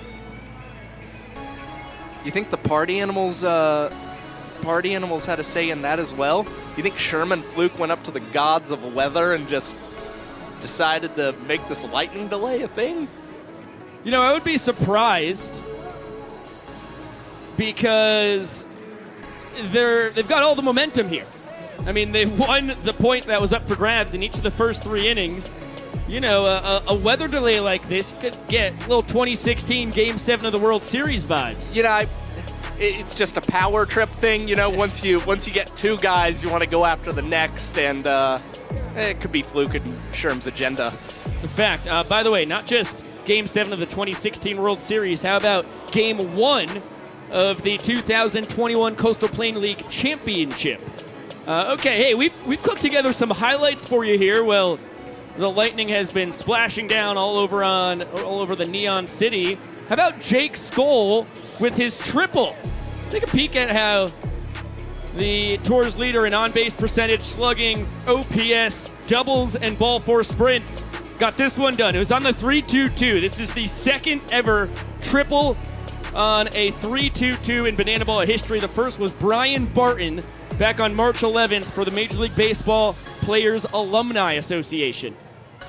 You don't see that every day. There's been 66 Banana Ball games. Well, 65 and 1/3 since we've gotten 3 out of the 9 innings we hope to play tonight. And twice someone has hit a triple off a 3-2-2 pitch. And what's impressive is Michael Deeb doesn't really crash in to take part in this 3-2-2, yet Skoll is able to go opposite way, hit it to left field, and Michael Deeb, who's even got a shorter throw to get it into the third baseman. Jake Skoll able to get in there safely for another triple on his season. It's very rare that you see a triple on a ball down the left field line, as you mentioned right there. And then Kyle made the great play on the comebacker, guns down Skoll at the plate. Think he might be out of the fire. Then Bloomer's off on the pitch. Tanner Thomas sends it about 414 feet to right center field, clings off the wall. Party Animals end up winning the 3rd inning because of it as well. So they currently lead 3 points to nothing. Now, as we sit here in what is game 36 on this tour, the 28th battle between the Bananas and Party Animals. The Animals 14, 11, and 2. The Bananas 16, 17, and 2. And if they could win tonight, they'd be back at 500. It has been a long time since the Bananas have had as many wins as they have had losses. Yeah, that's exactly right. That exact date actually dates back to April the 7th when the Bananas were 9-9-1 entering play, eventually dropped that game to the Party Animals to fall to 9-10-1. And they have not seen a 500 record ever since then. And I know that that's something that has been on their minds, and it's not just that they want to get back to 500. The Bananas desperately want to claim Las Vegas in the season series battle here in this World Tour. Yeah, the Party Animals have won Texas. The Bananas have won Florida. The Animals currently have a pretty serious lead on Georgia, surprisingly. They've been dominant in historic Grayson Stadium. And it would look awful good on this map if the Bananas could take Nevada, or as the locals say, Nevada, which doesn't sound right. And if the Party Animals win tonight, of course, they split Vegas, and Nevada will be contested ground. Tate says this might be heat lightning because we haven't seen a drop of precipitation. At least I have not. That's a good point there, Tate. Gary is glad to have Biko and Josh back after the Sherm and Fluke hostage incident. I'm still going to have to watch back that broadcast and really figure out what the heck happened. Steve, with an astute observation, says Venn has double letters in Venn diagram. Oh my gosh. We didn't put Venn in the Venn diagram. Venn has not played in a game for the Bananas or the Party Animals this year. It's a very good point. So yeah, would not meet the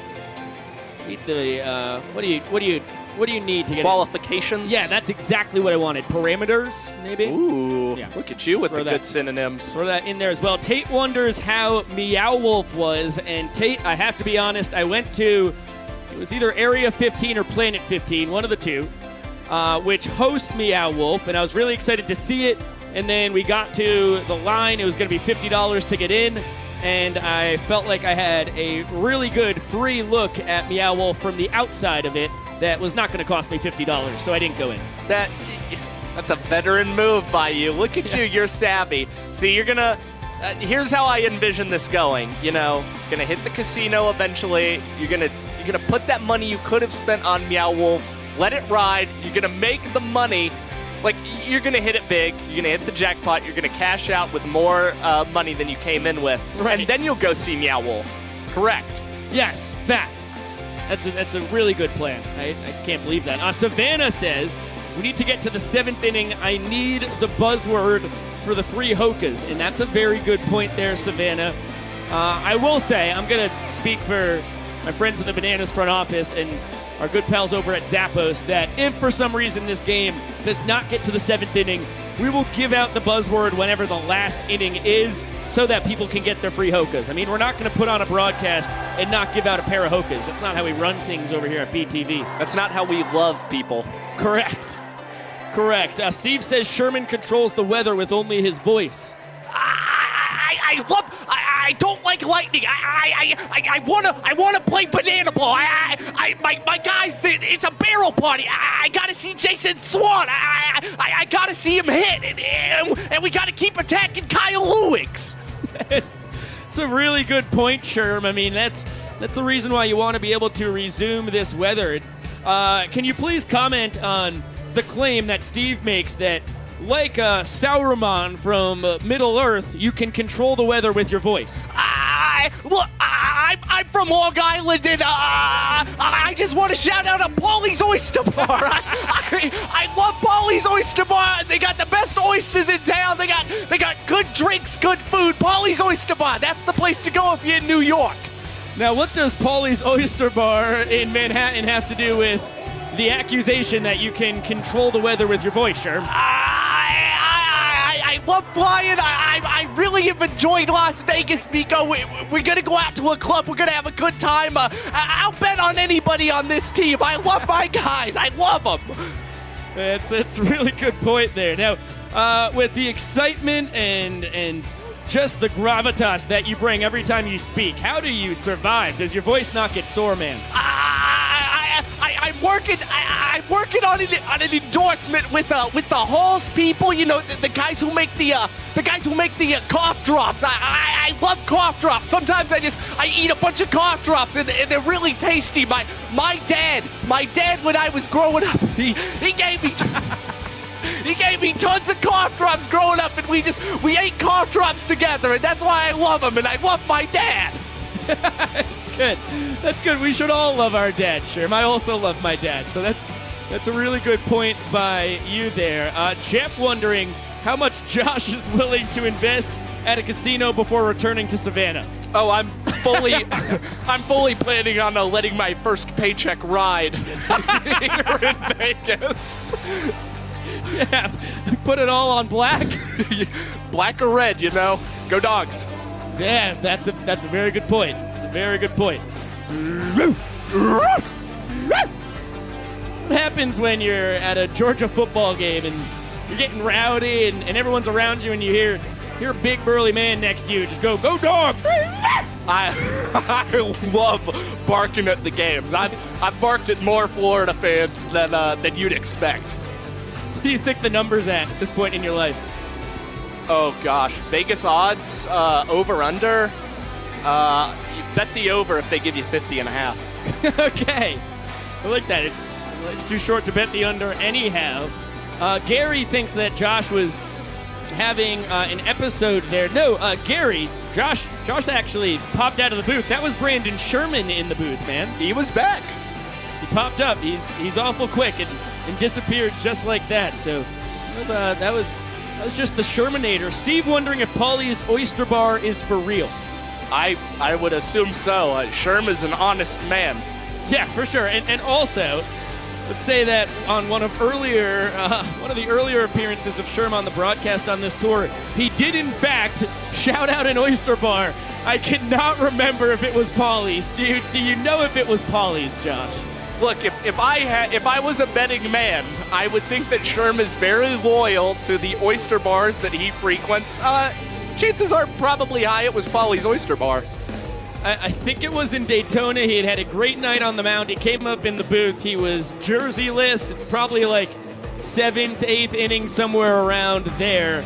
And he shouted out an Oyster Bar. So we'll have to go back and check that out and make sure that he's not, straying away from his favorite oyster bar in the city. Chris Haynes just popping up there. Did you happen to catch that? I've seen Chris pop in front of the camera here a time or two. It was spooky. Benjamin thinks that Josh is out of control. Once again, people, I can't stress this enough. Josh has nothing to do with Brandon Sherman getting on the mic here. I'm not understanding why there's so much confusion at the moment. Disney girl Bella, a big fan of the barking, so that's good. That's what everybody came here tonight. 36th game of the 2023 Banana Ball World Tour. #loved by Zappos for some barking from the broadcasters. To listen to us feign as pooches. Listen, I've got a diverse array of barking. My fiance Lauren does not like it, so anytime that we're separated by a few hundred miles like this, you get a little low bark, you get the high bark. You can get them all. Big dog, little dog. Yeah, no doubt. You kind of go for a medium dog, like. yeah, I like that. Let me ask you a question. Yeah. You a big dog guy, a medium dog guy, or a small dog guy? I really feel like everybody's got one preference. People don't deviate from it either. No, the bigger the dog, the better for Bika. I like that as well. Everything deserves some kind of limitations, right? I don't know how much I would love Clifford, the big red dog, although I was a huge fan of the cartoon in my youth. But, as large of a dog as I've ever seen, I've been very in on that. Yeah, I also enjoyed Clifford the big red dog. I think I would want a dog like that. You see the live-action adaptation? No, I never did. Was it any good? I don't know, but the trailer looked good. Trailer looked awesome. Clifford was bounding through Manhattan. It was crazy, man. Wow. Listen, Clifford in the big city. Yeah, big dog in the big city. City that never sleeps. I was interested. I never got to take a peek at it, though, unfortunately. Wow, interesting. Tate wondering if any of the Vegas girls hit on us. Last time he was here, they seemed to think he looked very appealing. Josh, have you had any of the local ladies hitting on you, buddy? If I could call back to last summer, there was a PowerPoint I had made at the time titled Girls. Yes. By Josh Dolevsky. On slide 3, it distinctly says that I don't know how to talk to girls, so... But that wouldn't stop them from approaching you, right? I mean... Girls, I don't think, know how to talk to me either. Listen, I think the big problem is I have not had any ladies approaching me either. Is we spend so much time working, and you are fueling every statistical piece that we have to our broadcast here. There's just no time really for us to be walking around the strip and being catcalled by women. There's just not enough time for love at the moment, only love of statistics. Correct. And love of the game. And love of Zappos. That's a fact. No, I mean, also it probably doesn't help that when I got back from the ball game last night, I immediately got into bed, read my fantasy novel that I'm currently enthralled in for about 45 minutes, and then passed out. How are you doing with Banana Ball by Jesse Cole? Oh my gosh, I actually saw a comment in the chat from Savannah earlier that this would be a good time to break out Banana Ball. I'm about 80% through. I read it on the flight to Atlanta from Savannah, and then from there to Vegas, and I'm locked in, tapped in. I mean, obviously, he's my boss. He signs my paychecks. I wouldn't tell you if I didn't like it, but I'm being completely honest in that I really loved it. I mean, I'm not going to read 80% of a book that I do not really enjoy. I mean, there's a lot of juice in there. Some of the childhood stuff, how Jesse became Jesse Cole, is fascinating because I've never met anybody anywhere close to like him, and then there's also just loads of quotes from some incredibly impressive and interesting people out in the world who also say that they've never met anybody like Jesse Cole. Now, riddle me this, Batman. Are you mentioned in the book at all? If I open up Banana Ball, will I see the name Vico Scalet on the page? Listen, you won't see it on the first page. You won't see it in the first 100. I don't know if I made it into the first 150. I was kind of sweating on the plane. I've been broadcasting here for 4 years. I'm like, Jesse. Come on, Jesse. You wrote a book here, man. Don Yeager, 11-time New York Times bestseller, helped Jesse out with this one. And Don's been nothing but a mensch to me, too. And now I'm starting to think that Don cut me out. I'm starting to worry, but...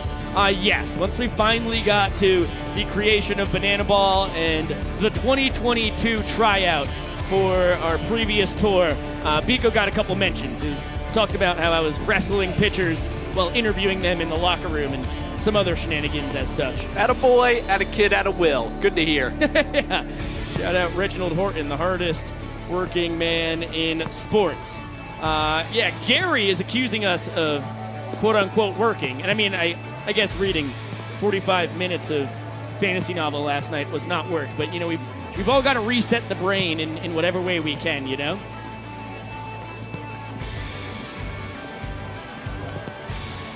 Megan Wolf saying that we should go hang out in the party plaza after the game. There will be plenty of women out there for you, Josh. Oh, really? That's what Matt Wolf's wife, the first and only woman to play in a Banana Ball game, says to you, buddy. Well, that's very nice of her. Really, really encouraging me to get back out there. Oh, by the way, that's not that Megan Wolf. That is an entirely different Megan Wolf. There's more than one Megan Wolf in the world, it turns out. I could see that. How many Biko Scalas are there out there in the world?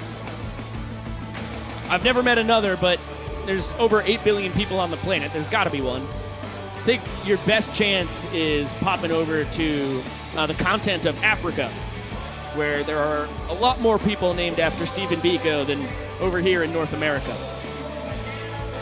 By the way, quick shout out to the Scalas in Vermont. Thanks so much for tuning in.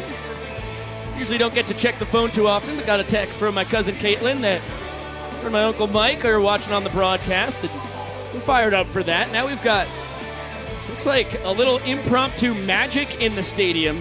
I am fascinated. It's happening on the largest scoreboard in minor league baseball. So let's see what Jake Sharks the Magician has for us. Little magical fun fact. That fun fact is that a deck of cards and a calendar are actually really similar and related. There's 52 weeks in the year and 52 cards in a deck of cards. And so, Kirsten, this is usually the part where I would ask you to pick a card, but you've actually already picked one. And that's because on this particular calendar, Kirsten, every single week has a different card on it. And Kirsten, just nod your head if I'm telling the truth. Just nod your head. I'll show this to our camera too, so you guys can see. Every single week has a different card on it. Kirsten, this is usually the part where I'd ask you to pick a card, but like I said, you've already picked one just by being born. Kirsten, what is the month and day of your birthday? February 9th. February 9th. All right, well, Kirsten, let's take a look at your birthday card. Kirsten, just go ahead and read out to everybody what your birthday card is. It's right there. What is that? That's a Jack of Hearts, Kirsten. That's okay. Letters and symbols are hard. I get it. That's a Jack of Hearts right there. And Kirsten, just shake your head if I'm telling the truth. Had you been born a few weeks later, totally different card, right? But your card right there, I'll show this to our camera, is the Jack of Hearts. That's Kirsten's birthday card. And Kirsten, here's the trick part of our magic trick. I've got an envelope that I've had in my pocket this entire time. And I've got an object inside this envelope, Kirsten. It's a card. It's one card. There's not multiple objects in there. It's just the one, Kirsten, that I put in there before any of this, almost as if I knew I was gonna meet somebody born on February 9th. Ladies and gentlemen, that is some bananas delay magic. I've got more coming for you. But enjoy the day. We'll get you back to some banana ball action as soon as we can. Shark, back to you. Okay, Jake with an excellent trick there for some rain delay entertainment. And we are going to pop back up into the broadcast booth because we have one of the greatest guests that we've ever had here. It's the flying Hawaiian himself, Mr. Shane Victorino. How you doing, Big Good, Tiger? guys. Nice to meet you, man. So it's amazing to be here to watch the fun that goes on that field. Yeah, well, we are very happy to have you here tonight. Now, what's the chance, if everything clears up and we can play some banana ball, that we'll see you in action tonight? I was scheduled to come in and pinch hit potentially, so I was definitely excited, but I don't know if that, weather bearing, that, this opportunity gets to happen. If not, it's been fun so far, though. It's actually been very exciting for me to kind of be around the game at a different perspective, the entertainment, but at the end of the day, being in the clubhouse, listening to the guys talk about baseball and, just the fun side of it, it never gets old. So it was cool to be back in the clubhouse, with those boys in there today. So yeah, we've gotten a couple innings of banana ball in this game tonight. Yes. What are your first impressions of the sport? I love it. I think it's interesting. I think it's something, as I said, it engages the crowd, and I think that's, to me, what's so fun about this is that the players kind of find that way in their niche and what they are and who they are, and then they kind of play that role, and it's cool to have these fans come in and you hear them yell for that certain player, and you're just like, dude, this is cool. They have that following. They have that camaraderie amongst each other that they're seeing to kind of build one another up too. So it's been absolutely amazing for me to be here. Oh, well, we are so happy to have you, man. Now, when is the last time that you took an at-bat against live pitching? I would say 2016 of June or whenever I actually got released from baseball, and I was officially done then. I officially walked away in 2018, but that was probably the last time I saw a live at-bat at good velocity. So I told him, please give me a chance for a guy who's a little bit of a thumber, to give me a little bit of soft stuff so I can kind of, hit maybe a hanging curveball, just put it in the field somewhere so I just don't embarrass myself. But, It'd really be nice to go up against Bill Lee, wouldn't it? Yeah, right. Yeah, someone like that. Yeah. We've actually been having fun. Bill's been great, man. He's actually fun to think about looking at a guy like that and going, damn. Still doing what he's doing, He is quite the character, for sure. Yes. Now, have you ever bumped into Bill Lee in your travels throughout, 12 years of Major League Baseball? No, not at all. Never. This is my real first time, so it's kind of funny and cool. So. Yeah, another man who has pitched. Well, you didn't pitch for the Red Sox in the World Series, but you did win the World Series with the Red Sox. Correct. I mean, is there any kind of Red Sox camaraderie when you meet a Red Sox? We Hall of definitely Famer were like that? talking about that. We're talking about some of the guys like Marty Barrett, who lives here locally in Las Vegas, who's also, I think, another Red Sox Hall of Famer. So you start seeing those kind of conversations. But again, it's about the game of baseball. It is a brotherhood, no matter to me, it's that guy's a Hall of Famer in in an amazing franchise if you think about that. So yes, you got to respect what he's done and when he's what he's become. And like I said, he's a Hall of Famer, whether it be a Major League Hall of Famer, a Red Sox Hall of Famer, to be a Hall of Famer and have HOF at the end, that's it's an honor for sure. I mean, you've won World Series in 2 different places. You won one with the Phillies in 08, the Red Sox in 13. I mean, you played with 2 franchises and in 2 cities that love baseball so much. I mean, just talk a little bit about what playing in both of those places was like. Well, I always told people it's for me, it's as a young kid, I was taught to love every opportunity of playing the game, and whether it was baseball, whether it was soccer, whether it was football, appreciate the opportunity to play the game. Playing the game is a privilege. It's not it's not an honor. And I think that's where I feel like a lot of it has changed. It's like there's that privilege side to people playing sports instead of like, no, dude, it's actually an honor for you, whether it be doing good at school at a young age. But as I said, the spectrum has changed. So that was my kind of tool that I always remember, is that like, dude, this is an honor to do what you do. And so like when I walked on the field, I took it that way. Even to come out here tonight, it's like, it's an honor to be around those guys and you hear them say, man, I was such a big fan growing up. I was like, easy, you guys, I'm not that old. But truthfully, when you look along the way, you're like, dude, this kid's probably 27. You're right, I'm 42. Yeah, he was probably, so when you look at that, I think it's but again, it's been fun to be around all of this. So. Yeah, man. I mean, listen, we have had a lot of guys a lot higher up in the age brackets playing banana ball with the Major League Baseball Players Alumni Association getting involved. Have you seen any clips? Or I did. I definitely some of the clips. I saw that. I was actually kind of disappointed that I didn't get invited to that PA one. No, I'm just kidding.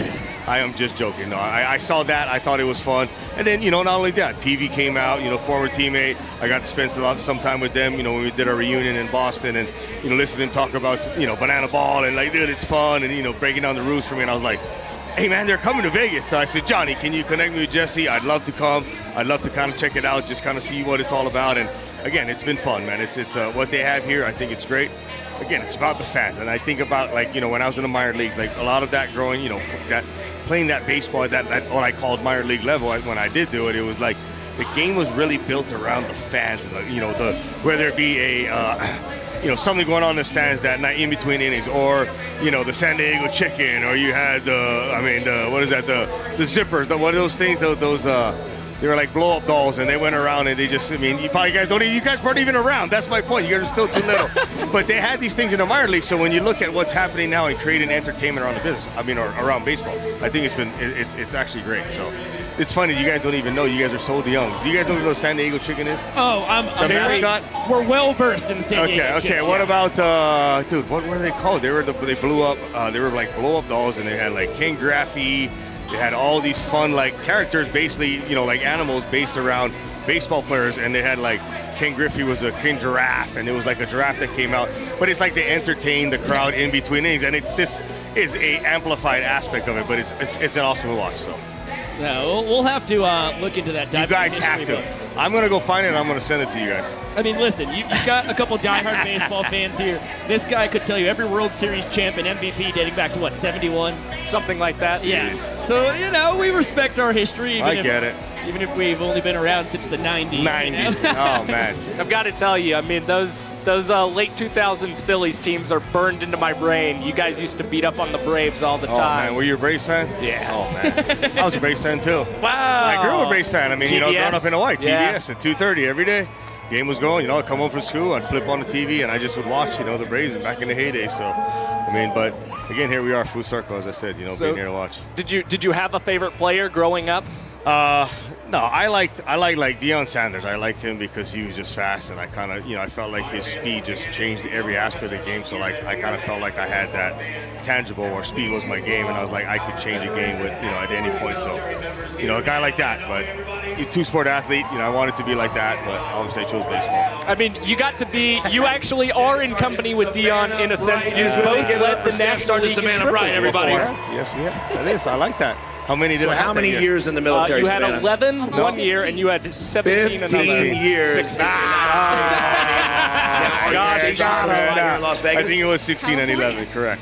So you traveled all this way just to visit us with the Bananas game. Especially in Citizens Bank Park. No kidding. It was a small corridor. That's a great answer. But, yeah. How's it feeling so far? How does it stack up against any of your other baseball games? Oh, man. I'm sorry. I'm sitting over here, A lot more fun by far. All right, I do have a couple of different questions for you. Are you a big baseball fan? You were myself and my dad's one of our favorites. All right, well, let's go with it. 27 What is your favorite right? baseball 26 of team? them Major league team. how many years?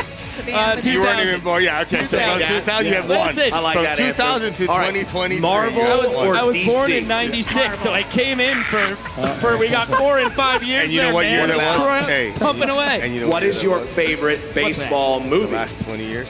Oh, yeah, I don't want to really talk about that. What year was that? No, if you saw, we've done a YouTube video at Angels in the outfield with all of our fans at Grayson Stadium. That's a good choice. Oh, 2000. Now, Yeah. come on. I asked when Round the out last to Robinson Cano. His favorite player. His favorite player was the World Series MVP. I won't say It's it. a good answer. Robinson Cano, don't say that name too loud. Okay? Oh, okay. How about outer we can space talk or about bottom of the Hideki sea? Matsui, my guy, the World Series MVP. That's a good one, too. Ladies and gentlemen, you heard the Bananas Please getting don't called to the remind me. dugout. I Every like one the of you sound of consider that. field Give it up that. one more time. Staff Sergeant We Savannah got Shark Bright. still on the Let's- booth. Yeah, that's okay. We'll just give him the old muter sitting there. We had a little PA bleeding into That's the broadcast. okay. Nothing wrong with that.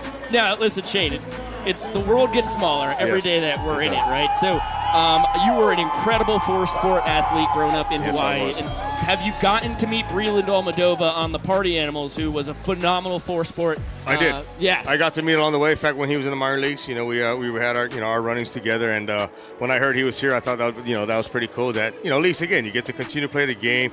He fits the mold. He's always had that personality. So I think it's awesome, and I think it's good for that kid. I call it kid because I feel like he's a kid, but he's really not a kid anymore. Oh, for It's sure. He's crazy, one of the but- most tenured but guys. Yes, yeah, correct. This is his 12th Yes. year of professional baseball Yes, here he's yes, playing in. Yes. But 4 years with the Diamondbacks and the Gatorade Player of the Year in Hawaii for Yes. football and baseball. He was a good athlete. Yes. And I know you had an offer to go to the University of Hawaii where he ended up going. What was it like, obviously getting drafted and trying to grapple with possibly being a two-sport athlete there and going to, affiliated ball? Well, I was excited, obviously for the opportunity to get to, play football at the collegiate level and an opportunity to play, like I said, be a two-sport athlete in college or at least have the, opportunity to do it. But I loved the opportunity that I could do something at a professional level at a young age. And, I liked school. I didn't love school. And I just remember telling myself that, like, at the end of the day, if school or if baseball doesn't work within the next, however many years, like, you're going to really understand it if you love it or not. And I really did. I went into it as an 18-year-old that, basically grew up in the middle ocean and, in beautiful Maui and, seized the chance and the opportunity and said, I want to do it. And, again, don't get me wrong, the road wasn't easy. There was a lot of up and down, but here we are today, as I said, being able to, spread the knowledge or, the game that I got to play and learn and experience. As I said, I didn't play at a high level as a kid. Like, I played the game. Like, I knew there was, hey, 6 innings, however many outs need to be made. But other than that, I learned it at that higher level. So now to be able to come back and, have the kids come in the booth and be around it and try to teach them that game at such a high level at a young age, I told them that's where it's fun. So. Now, how did you end up settling in Las Vegas? Because it's a wild place to live. Minor leagues, I played here 2 years, in 3, and then in 4, I got to play here. I met my lovely wife here when I was a minor leaguer in 04. Made our first, I came back that off season when I was in the minor leagues, lived here, and then we bought our first home in 05. And so, like I said, it's coming up on 20 years. It's amazing to think about that. I basically lived my majority of my adult life in this, in this city, like you just said. It's so wild. It's really not, man. What's great about this place is it's that theory that everybody says. But, here we are in the Las Vegas ballpark, 30 minutes, 20 minutes away from that beautiful strip. And, if you don't leave this 1 mile radius, you got everything here. I mean, I live, I'm lucky enough. I live very close to this, but it's amazing. This Summerlin area is so beautiful, and I'm glad that the Bananas came through here, and it's pretty cool to watch. Now, do you get used to the dry heat? I mean, we went to Phoenix earlier. Now we're here. My lips chap in a heartbeat basically as I walk off the plane. Everything else does. Your nose, your hands crack. I mean, it's awful. I wish I definitely had more of the the ocean, but. You know what? I'm here. Like I said, the opportunity to do, I tell people what's great about this city, too, is any given night, there's something going on special. That's for sure. Really is. I mean, that on a Sunday night, someone told me the other night, like a couple weeks ago, I'm going to go watch Sting. I'm like, Sting, like one of the most, iconic, on a Sunday, Sunday night, we're going down to the Wynn, he's just playing. I'm like, wow. So you know, when you look at the opportunity with, you know, this coming here, I think it's awesome for the city, so. This is my first time ever being in Las Vegas, and like all of a sudden I'm seeing billboards for Jeff Dunham and Chris Angel. Like I didn't even know these guys existed anymore. Man, it's crazy. They're thriving everywhere. here. Yes, it's Vegas. Welcome to Vegas. That's cool, man. You get back to Hawaii as often as you can. I wish I nowadays. could go more. You know, the kids are growing up here. You know, and I'm walked away from the game for that reason, to be a dad and to, you know, spend my time here as much as I can. But yeah, you know, my parents have come up a few times. They're still back home, so sooner or later we'll be spending more time there for sure. But for now, I'll be here and, you know, watching my kids grow up too. So. Now, when this game gets resumed and you do get a chance to have that first true at-bat since 2016, 2018, around there, you think you're going to be hitting from the right side, or you're going to go back to a little switch hitting action? Right side, and I might bunt. Yeah. No, I'm just kidding. I took a, you know, in BP, I did a little square on a bunt like I did at every other BP, and all those dudes behind me were like, boo! And I was like, dude, I'm just trying to get my timing of what the ball looks like. They're like, you better not bunt tonight. You're going to get booed. I said, I'm going to be the first. I'm going to go up there tonight. I'm going to bunt. No, I'm just kidding. But no, I'm excited. You know, I'm looking forward to it. Obviously, I got to go restart the engine and, you know, kind of see where the body feels. But so we'll see. So did you study up on all the banana ball rules on your own, or did the guys here kind of give you a nice walks and you got to refresher? go for a sprint, and even when you go on defense and there's a walk, you got to come running in and flip the ball to the next guy. So I've been trying to observe and kind of take it all in, but I'm sure there'll be a hiccup in there, and I just hope there's not a point in the game where it's you know, where I mess up and we win or lose. So that's a. Okay, here we go. See, I'm glad I'm not out there for a lot of this. I love this stuff, man. Yeah, so now, you know, with the delay still going on because of the lightning and a little precipitation down on the field, it looks like we have the Bananas and Party Animals combining talents to do a little Shivers line dance. We've seen this a time or two in Bananaland. There is a line dancing bar in Savannah called Saddlebags that has had a massive influence on this entire organization, to be frank. That's great. We actually checked out some line dancing too many minutes down the road at Stoney's a couple nights ago. Oh, yes. A good little place here. Yeah, that was a lot larger and a little more pristine than our hole-in-the-wall Saddlebags. But it was a really cool scene. Now, do you get to go out with the kids and goof around and kind of live the Las Vegas life here? No, you know, truthfully, you know, it's I always tell people it's one of those places. If you want it, it's there. Yes. If not, you know, for me, it's at arm's length, but it's, you know, I try to keep it away because it is. There's so much to do. I mean, any given night, you go to a good restaurant, you go to a good show, you go to I mean, you know, look at this. I mean, everything wants to come to this place, and it'll sell out. The fans, they're amazing. I mean, you know, I'm a Raider, you know, season ticket holder. I'm a Golden Knights season ticket holder. A's are going to come here. I'm going to be a season ticket holder. I mean, it's great to be season ticket holder for all these places because it's like, it's, you know, I never grew up around this kind of stuff in sports and how much it plays and what it means to a community. It brings people together. I think that's what's awesome about this right here. Look at this. I mean, I can go around and I remember people saying, like, I don't remember the last time, even workers saying the energy and the, you know, the vibe in here. It's great. The players, they said it today in the field, the center field, like, man, the electric in this place last night was so loud and the energy. I'm like, welcome to Vegas. They always do it big here, so. Yeah, man, it's been a special couple nights in Vegas, and it's good to see the trick pitching extraordinaire himself, Matt Wolf, being rolled out in his barrel and starting to get after it. Looks like we are about to resume play. It'll be the top of the fourth inning. The Party Animals have won all three of the first three frames tonight, so they lead 3-0. What's your take on every inning, you know, being match-style play, every inning being a game I think itself? that's amazing because you can be down 3-0 like this right now, and next thing you know it, you next 3 innings you win, you're 3-3, and then it comes down to late in the game. So, you know, even if you're down 4, but you still have a chance in the night to go and score as many runs as you can to take a lead. So you're never out of a game, which is always a big belief of mine.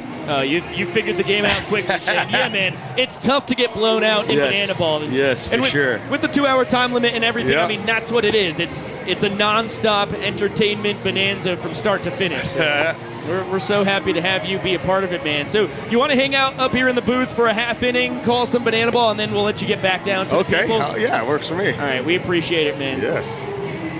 Yeah, this has been an incredible arena for Banana Ball. Close to 11,000 Bananiacs packed into here back-to-back nights. I love the unbuttoned shirt. Yeah, man, it's guys having fun, right? Oh, it's amazing. And that's what, like I was saying earlier, sitting in the clubhouse and listening to them all, conversate and talk about things. And, for me, it was great because everybody was, wanted to talk about baseball, wanted to talk about World Series stuff, wanted to talk, man, I grew up here, just outside of Philly and X and Y. And, I'm a big Yankee fan and I hated you because you X, Y, and Z. And you're like, yeah, this is cool to just be around it. That's what I truly miss about, the good times of the game and what the game was all about to me, why I played the way I did. I wanted to remember for being a great player or, a player that played hard and played correct. Well, listen, I'll tell you what, Shane. It's you and Dustin Pedroia were the two hardest Red Sox to dislike in my entire life as a diehard Yankees fan. No, I get it. Thank you. Oh, look at him. Sure, it helps that you guys are both in the 5'9" vicinity, but it's the energy and the fun that you guys absolutely. play with. Oh, shish kebabs. I throw Coco Crisp in there as well. Coco was he had some good times.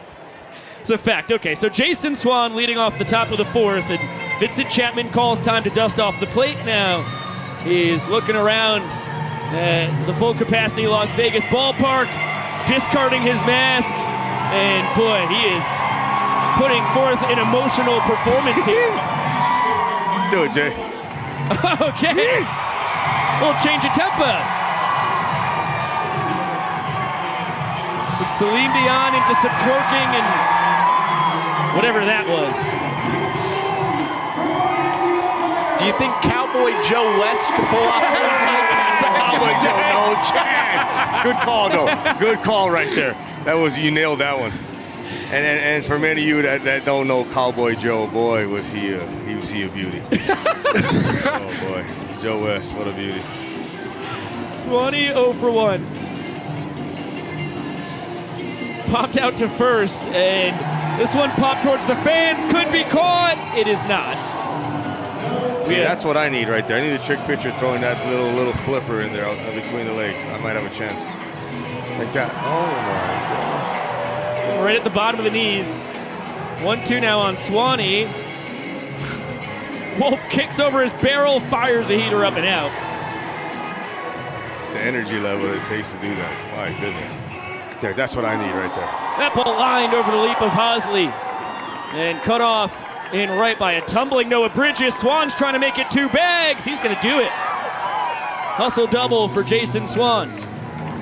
And the Party Animals with a man in scoring position right off the bat as we resume play. Well, that'll be your guy, the styling Hawaiian. There he is. There he blows. Look at Brett. I was laughing earlier. He fits the role. He's been fully bought in. This is his second tour with the Party Animals. And certainly the wildest man in black and pink last year. Same thing goes here in round 2 for him. I mean, he just becomes a part of the show. Yeah, I love it. 1 for 1 with a line drive single and a run scored. Oh, boy. He's going to take his cleats off. He's going to give them to some fans. He's going to take the at-bat in his socks. Barefooted, he's done that all his life. He actually, in Hawaii, we run around barefooted all our lives. He told me he grew up running around barefoot and naked on the beach. Yeah. I am 100% in. That's what we do. Jump pitch, chopped right in front of the plate. Bill throws it to third and guns down Jason Swan. Heads up play by the Nanners backstop. Very nice play. Yeah, terrific play by Bill Leroy. I mean, he didn't even flinch or think about going to first base there. An immediate strike to third base and nailed Jason Swan. Now Joe Lytle, a 2-base sprint and an RBI his first time. Are you impressed with the level of play here in Banana Ball Shake? That's what's been amazing to me is the velocity, the play, watching those guys and being out there with today. That's what I need right there. That's the pitch I need right there. Unfortunately, it's a wild one. Darn it, yeah, but that's more like Lofton in there. But yeah, the caliber, these guys, they're athletes. I mean, they're baseball players. These guys, they have a love for the game too. Oh, look at this guy. He didn't even see it. This guy hit him I won't say it, but right. He really did. Cojones. Yes. The nether region as that one is turned on by Joe Lytle. Nice running snag by Noah Bridges as Breland, man who spent 4 years in the Arizona Diamondbacks organization, stays put at second. Oh, this is Dustin Baber kicking his way up to the dish. A little Irish jig. Matt Wolf jumps his barrel forward roll, jigs back to the rubber. Heater. And gets a foul tip strike. Does all that and still throws a heater, dude. It's so fascinating. Wheeling's on the top of his head. Breland's upside down in the background. Matt Wolf drops his trousers. And a front door bender, foul. It's a good pitch with the overalls at his ankles. Thank you so much. Get it, y'all. Y'all got this. Thank you. I don't even know where that pitch came from. Behind the Pocket back. action, yeah, behind the back. 2-2 coming. 1-2 rather. And on a couple hops too short, Ryan Cox was setting up a trick play. It dribbles into left, and Breland hustling around third will score. Party Animals capitalize on only the 6th error on the tour for the normally sure-handed glove magician. A lot of fundamental mistakes, unfortunately, tonight for the Bananas. We were just talking about that with Skipper. That's a fact, man. Yeah, he came up here, he's like, this is not us fundamentally. And it's true, it's like in any game, no matter if it's banana ball or it's Major League Baseball or 12U baseball, like, you know, that I get to watch every day, it's like, you make mistakes. it's just funny to watch, no matter what. It's been a theme on the tour. The Party Animals have played crisper banana ball thus far. Better slash line overall. As a pickoff attempt of Dustin Baber, Randy Voss says he just got back in there. Eric Jones apoplectic at the call. And EJ knows the Vegas crowd is heavily favoring the Bananas this 100%. weekend. And boy, another chorus of boos as that's going to be a pickup attempt going awry. Dustin Baber's going to move up to second. Another example of the Nanners playing sloppily here on night 2 in Vegas. Reese Hampton, the switch hitting right fielder, former Detroit Tigers product. 2-base sprint and a steal his first time. Lined out to first his last trip to the dish. Where'd that other ball come from? It's an excellent question. Matt Wolf needs to be patted down before he gets to the mound. Reese skies that one to left center, Deeb on his horse. Meadows chasing after it, can't get there. How are they playing so well? They were definitely playing some sprint defense with 3 balls with the count. They were trying to cheat and prevent Hampton from getting 2 bases on a sprint. He ends up with a fly ball RBI double. Look at the Party Animals, here they are. They're giving it to the Bananas right now, boy. They all channel their inner Phil Collins. Celebrating with Hampton. He picks up the RBI 2-bagger. 2 runs in for the Animals. There's a tornado. Look at the wind. Look at the flags.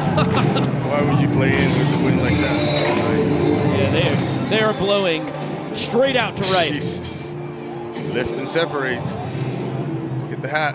Now Dalton Cornett. Looks like that one was stopped by Vincent Chapman behind the dish, who dances it off.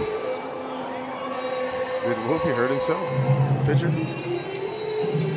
Well, looks like he's going to stay out there. He's A-okay. I think he did.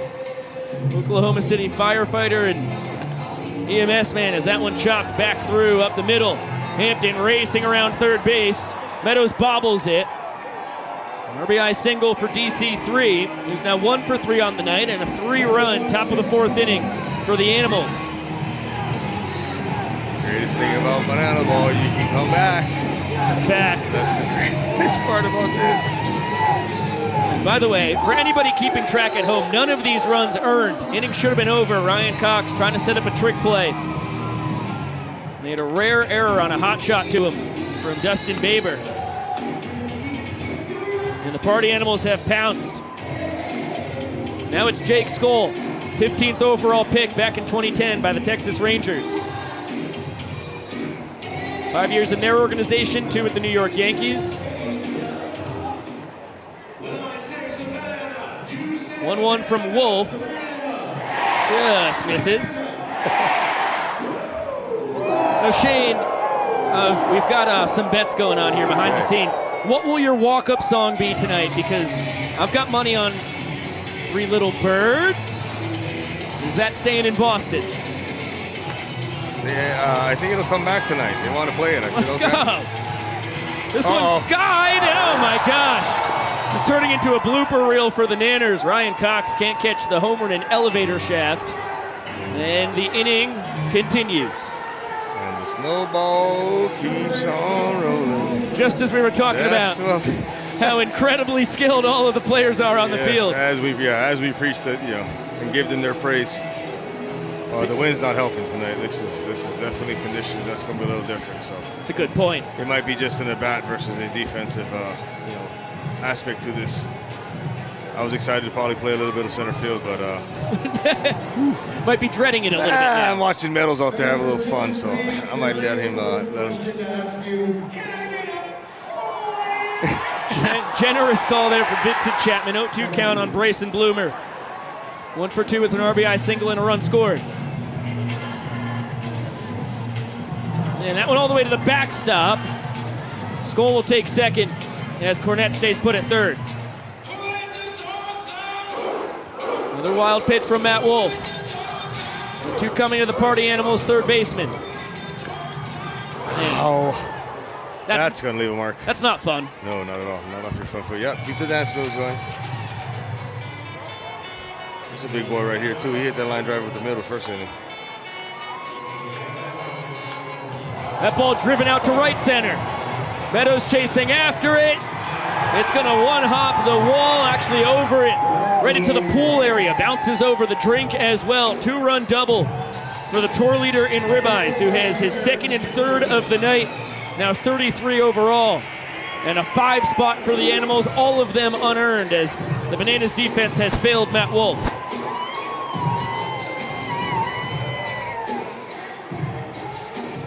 The thing with the Party Animals, you leave the door open just a crack and they'll bust it open. As I said earlier, antennae level. 1 mistake, 2 mistakes in an inning will really cost you, unfortunately. I think we're at 5 or 6 for the Bananas now. Tanner Thomas with a GoPro on his helmet. Spins that one to Wolf, diving play, fires to first, and in time, Randy Voss mercifully puts this half inning to an end. 5 for the Animals, and the Nanners have their work cut out for them in the bottom of the 4th. Shane Victorino, I cannot thank you enough for spending so much time with us. Shane, before you leave, we have our director of video who was not able to come here to Las Vegas, but grew up a Phillies fan from the Phillies area. You're one of his favorite players. If you could just tell Ivan Trezak that you love him, it would mean the world to him. I love you, pal. Let's go. All right. Ivan, probably belligerent at your wedding currently.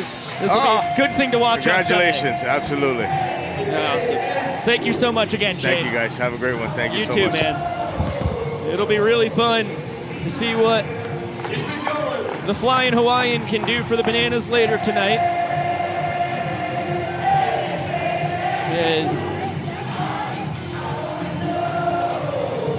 See you, stud.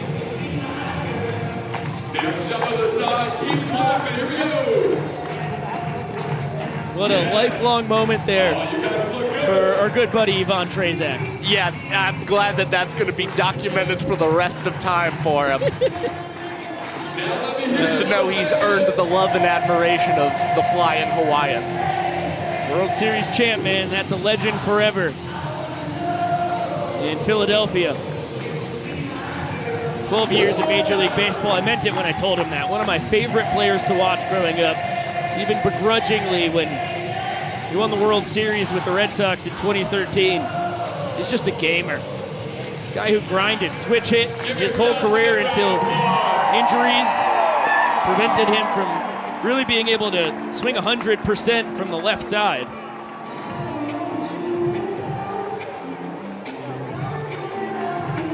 Still ended up having 3 more pretty impressive years in Major League Baseball, just swinging it from the right side. Top of the order for the Bananas. here in the bottom of the 4th inning. They need 5 runs to tie it, 6 to win it, and they already trail 3 points to zip. Dylan Porter, after the long break, back out on the mound. As D.R. Meadows, with one of the longer entrances onto the field that you'll ever see, came from the crowd now.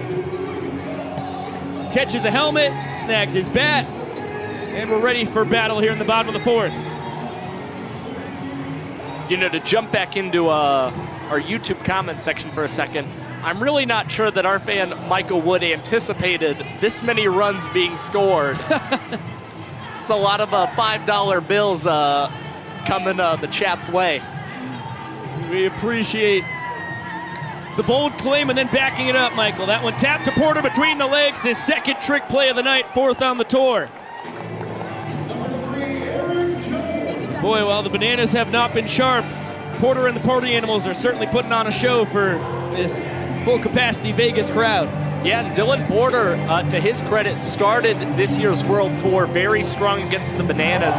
And we're seeing that once again, but EJ with the deep drive, and that one's going to leave the yard as he extends his tour leading, as he now has 9 home runs, which leads this year's World Tour. Couple more than Jake Skoll. 2 bombs behind him. How about that Oppo Taco? Eric Jones with a monstrous blast, spikes his helmet, and the Nanners a 5th of the way to tying this inning. And what's more is that now gives the Bananas 30 total home runs as a team this season. They're the first team on the tour to reach 30 home runs. EJ nearly a 3rd of them. Now Michael Deeb. They had a ball and no strikes as Dylan Porter wanted the call there from Vincent Chapman. He grounded into a fielder's choice his first time. EJ had been hit in his lone plate appearance.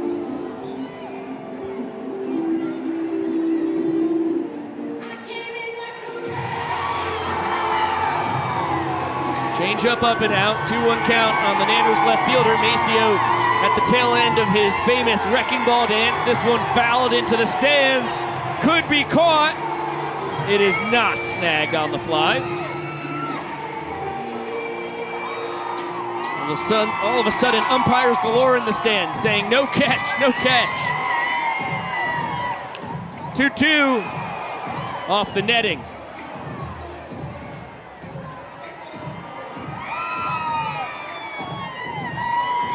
Tyler Swartnick, thanks for being a BTV member for 2 months now. Count runs full on Vitamin Deeb.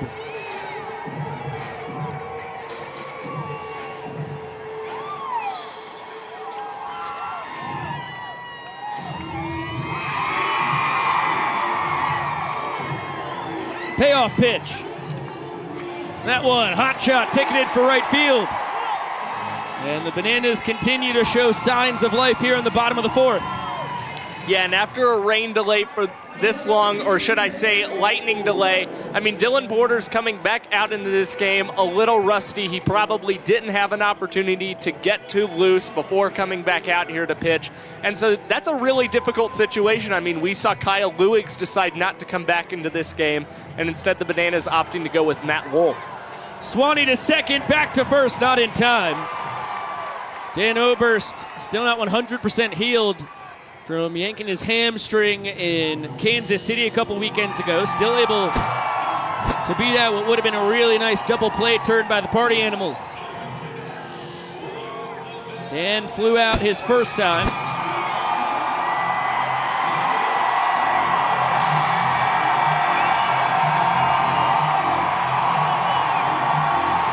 And Dakota McFadden coming out in the Mark Stone jersey. He's a member of my fantasy hockey league for 3 years. And Dakota gonna swing it with the hockey stick. No, that's not gonna be the weapon of choice.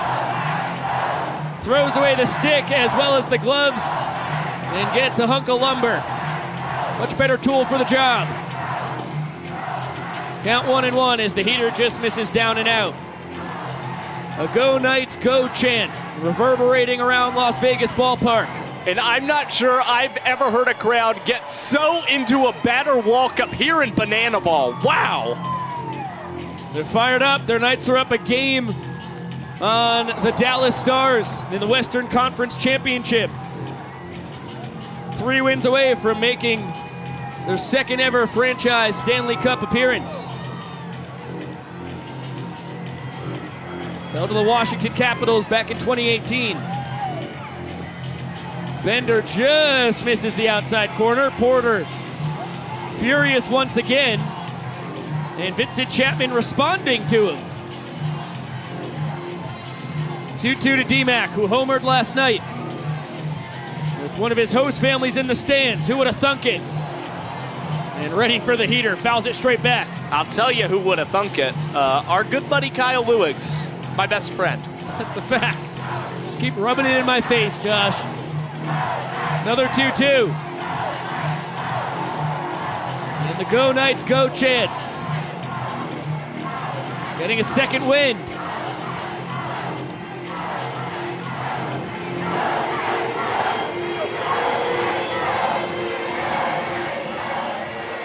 Count full on D-Mac.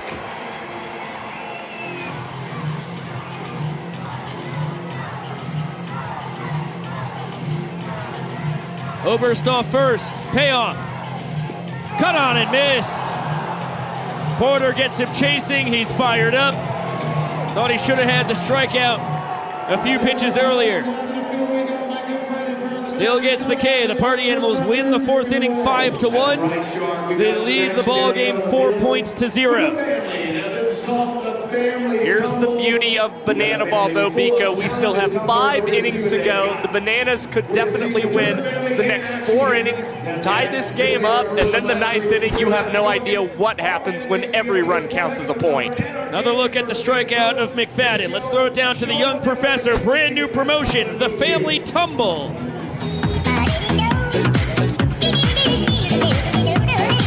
Here he goes, get a little running start. Oh, wow. All right, somebody in the Turner Billy has got to beat that. Dad, you have the honors of going first. Lead by example, let's go. Papa Turner. Oh, smooth. Oh, that was pretty good. Come on up here, Dad, all right? Mama Turner, can you beat that? I think she's got the moves. Let's give it up for the mom here, Mama Turner. Let's see what you got, girl. So that wind up. Look at that. All right, so far so good. Matthew, you ready? Matt Turner, let's go, buddy. Let's see what you got. Tumble it out. I don't know if anybody's going to beat Maceo. Macy, it's up to you. Let's see what you got, girl. Show them how it's done. Oh, my goodness. Your winner for the Turner family, Macy.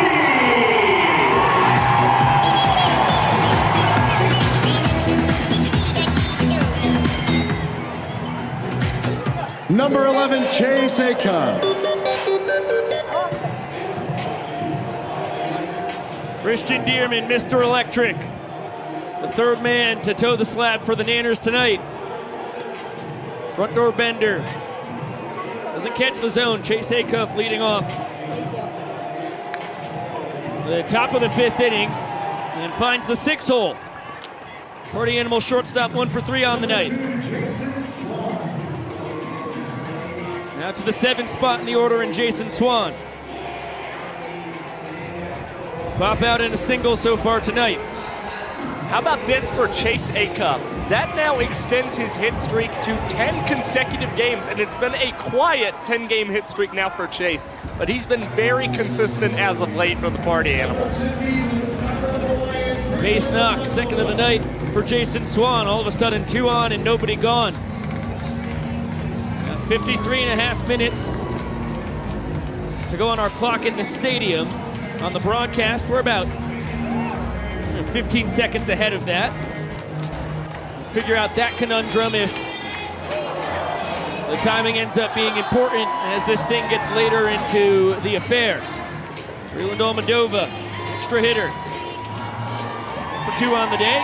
Single, reached on a fielder's choice. He scored twice. That ball out of the stadium, uncatchable by a fan.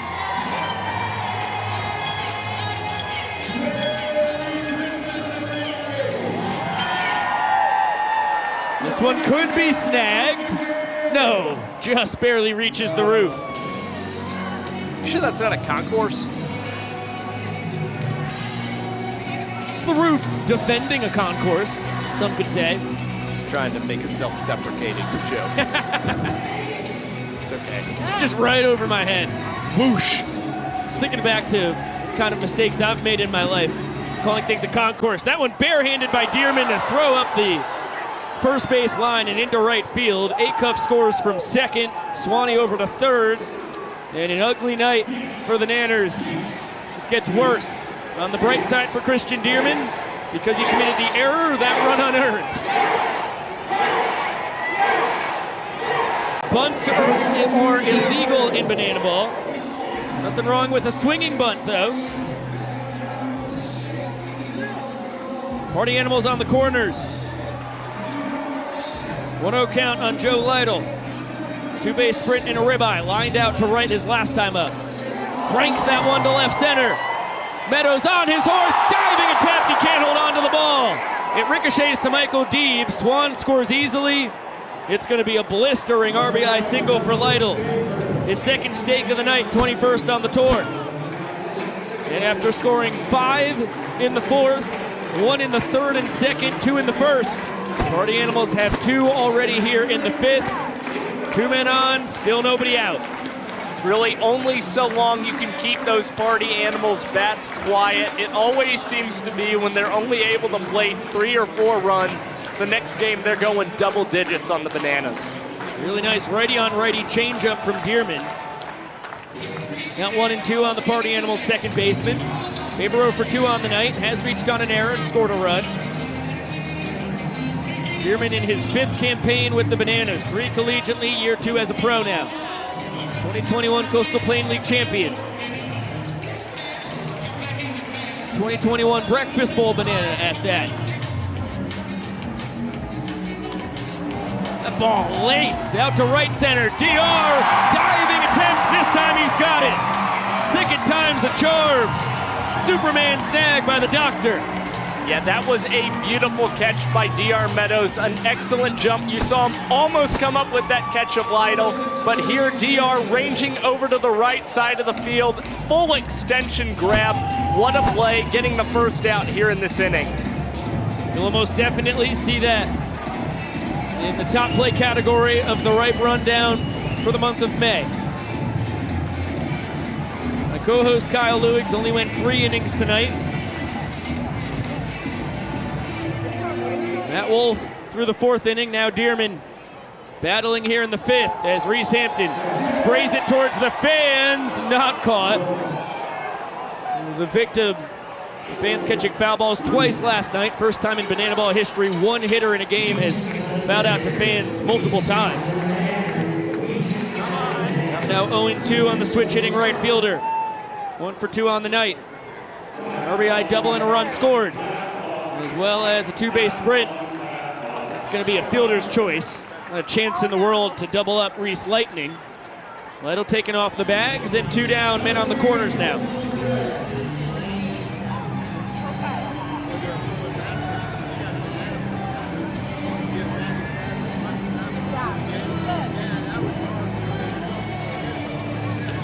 Cranked to a sliding Danny Hosley, 360 over to first.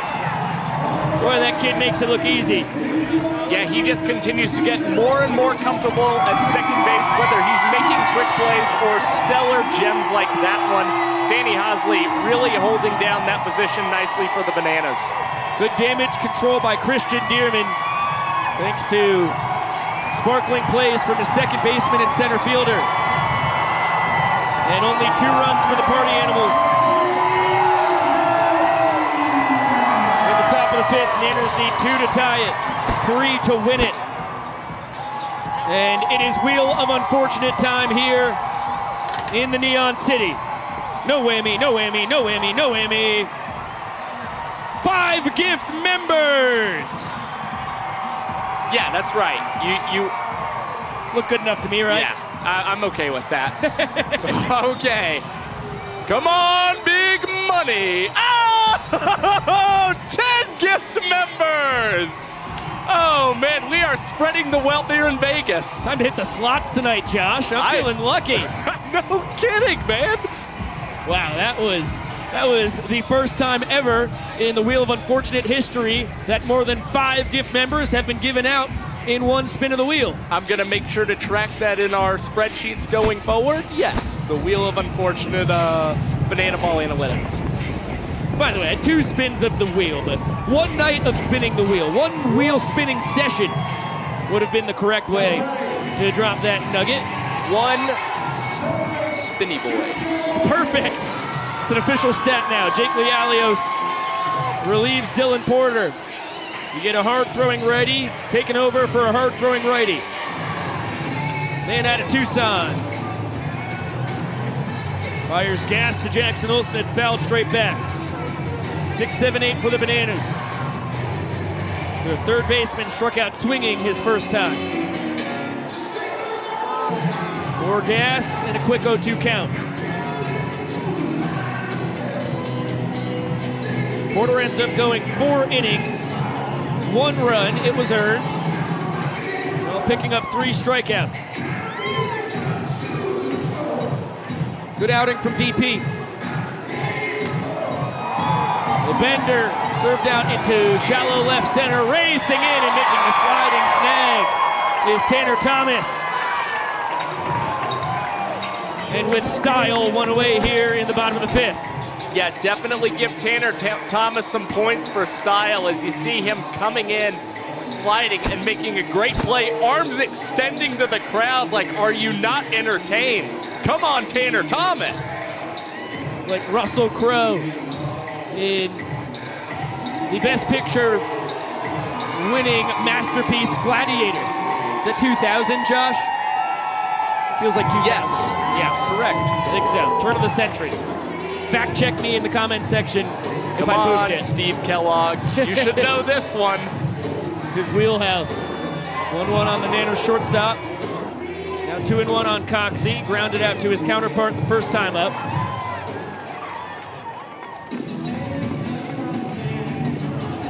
Lialios, ton of fastballs as you've seen. Works a 12-6 curve and some cutters in. That one served out to left center field.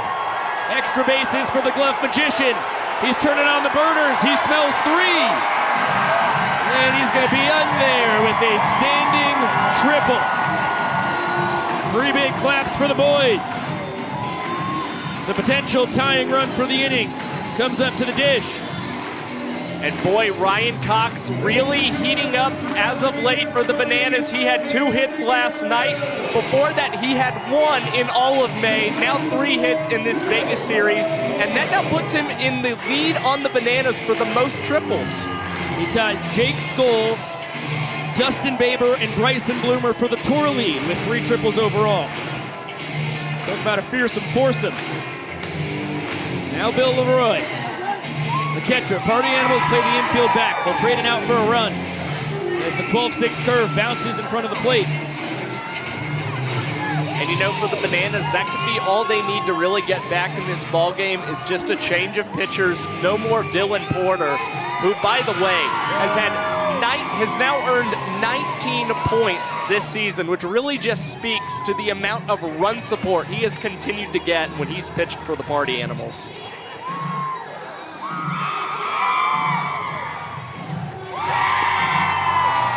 Two-one count on the Bananas backstop, who had a 1-base sprint gunned down, trying to make it 2.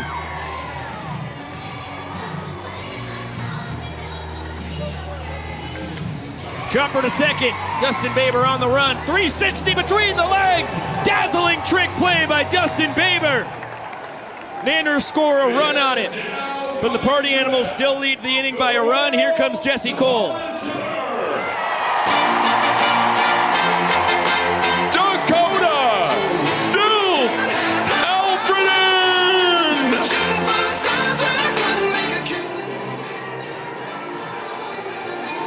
This is a surprising strategic move from the Bananas side of the equation here.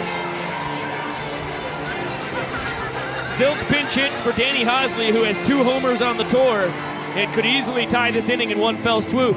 Well, here's the thing.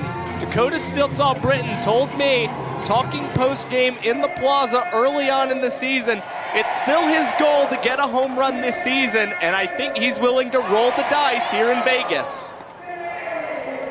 That's just a beautiful thing he just did there, Josh. Can't let that one slip by. Thank you.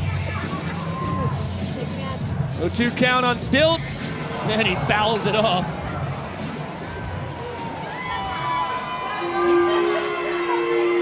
Dakota 3 for 11 on the tour. Comes in hitting .273, awful respectable, higher batting average than Danny Hosley, although certainly a much smaller sample size, and he cranks it to left.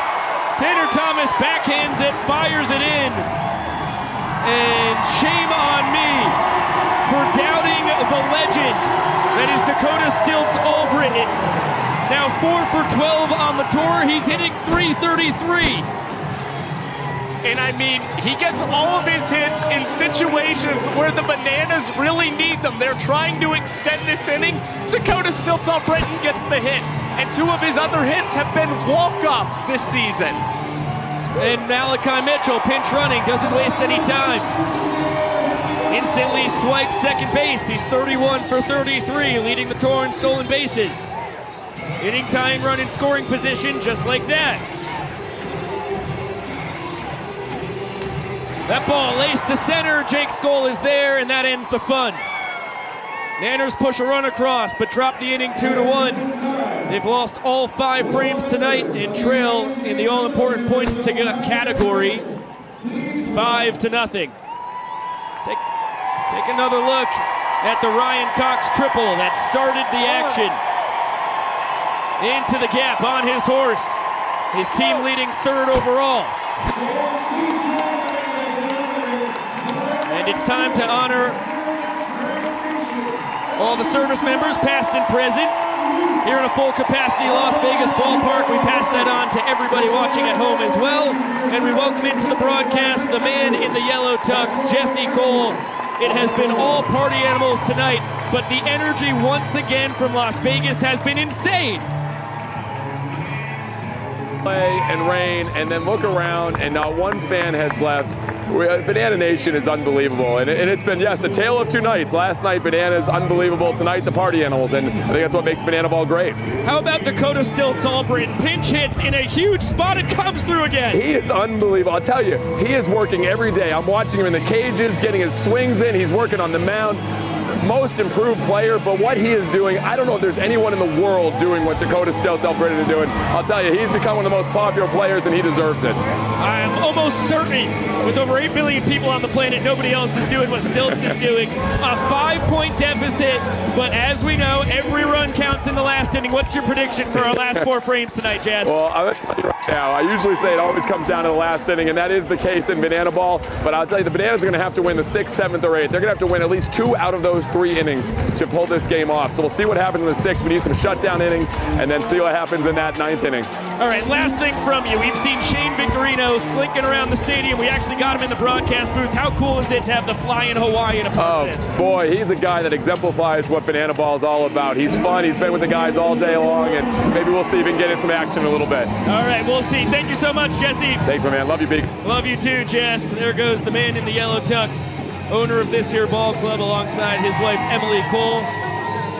The duo, the only 2 in charge since they started this whole thing back in 2016. Of course, Jared Orton, the president, a part of the inception of the club as well. Marie Matzinger in on the action as well from just about day 1. You get to hear a whole lot of the amazing stories of just how dire circumstances looked back in the fall of 2015 and spring of 2016 when the Nanners took over Grayson Stadium from the Sand Gnats, former single-A affiliate of the New York Mets. It's honestly stuff that you have to see the pictures to believe. Jake Skoll fouls this one off. Could be snagged by a fan. It is bobbled right off of a mitt. And a 2-2 count on the Party Animals 3-hitter. Jake 2 for 3 on the night, a triple and a single. And the count runs full. Dearman out for his second inning of work. That ball driven with some mustard behind it, out to right center field. Kiss it goodbye. Jake Skoll, his 8th tater tot of the tour. And the Party Animals with an exclamation point. One batter in to the top of the 6th.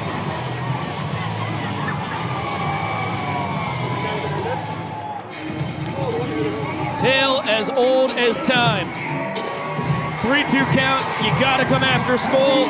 Boy, is he ready for it, as the boys absolutely rage to some dubstep right on home plate. And wouldn't you know it, but Jake Skoll now, 3 hits on the night, a single, a triple, now a home run. Once again, he finds himself a double shy of his 2nd cycle.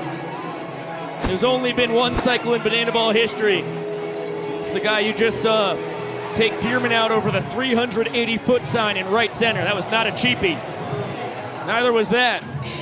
That one right off the keister. Bryson Bloomer plugged. He's 2 for 3 on the night, a single, a double, 3 RBIs. And that voluptuous behind of his offers a whole lot of cushion from the Dearman heater.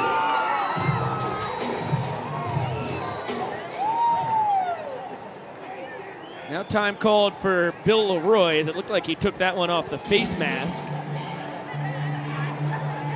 A 1 count on Tanner Thomas, Dearman's roommate from a tour ago, as you get another look. It didn't hit the mask. That one actually fouled, looked like right off the hip bone.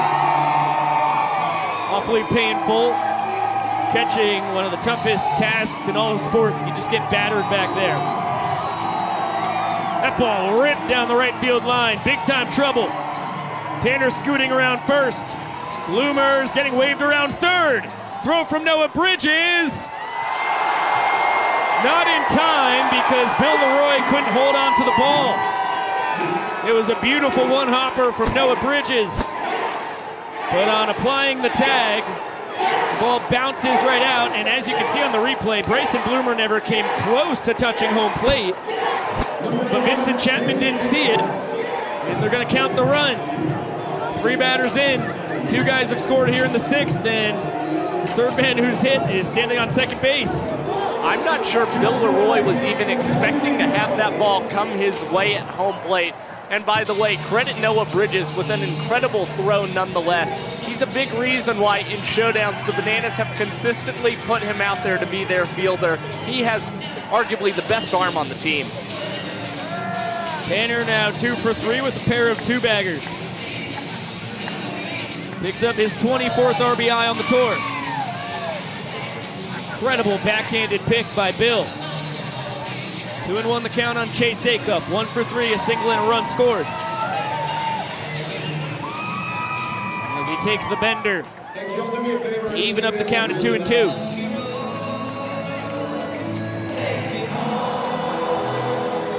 Acuff, another one of these party animals that is just so tough to put away.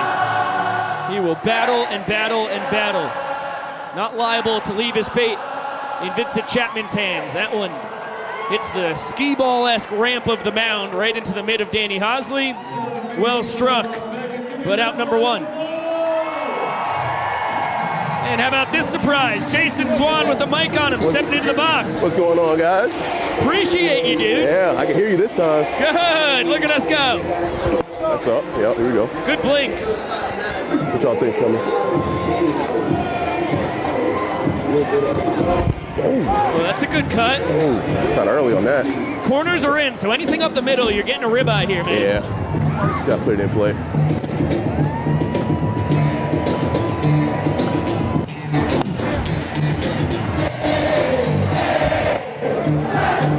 Two for 3 on the night, double and a single. That one just misses in. You're sitting pretty. Looking heater, Swanee. Oh, yeah. That's a pitcher's pitch. Yeah, on the black. That's a fact. Here we go. That's this job. Ryan Cox deep in the hole. Oh, good job, Swanee! Oh, wow! What an evasive maneuver! How am I out? How am I out? I touched the bag.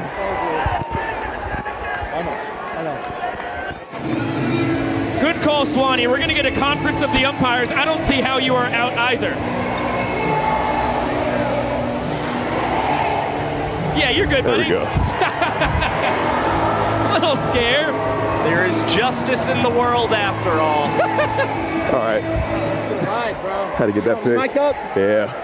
That's what I get for being a good guy. That's messed up. Y'all can hear me? Oh, yeah, we got you, okay. Swanee. I was just listening to Eric Jones. I didn't realize he pleaded your case. What you got to say about that? What you gotta say, EJ? Sportsmanship. Pass it on. If the umpire come over here, ask me, and then go pretend call, that 2-2 count on Breland Almadova. 2 for 3 on the night. Couple runs scored. Oh, yeah. Flicks that into right. Bridges going back on it. And puts it away. Nice play by the darling of TikTok. Good rundown right there. what Biko have to say? Nah, he was just saying. What did you have to say, Biko? Let's go back to it. Good question, Swanee. Let's listen to Jesse Cole real quick. Yeah. 76 years young. Please welcome Bill the Spaceman Lee.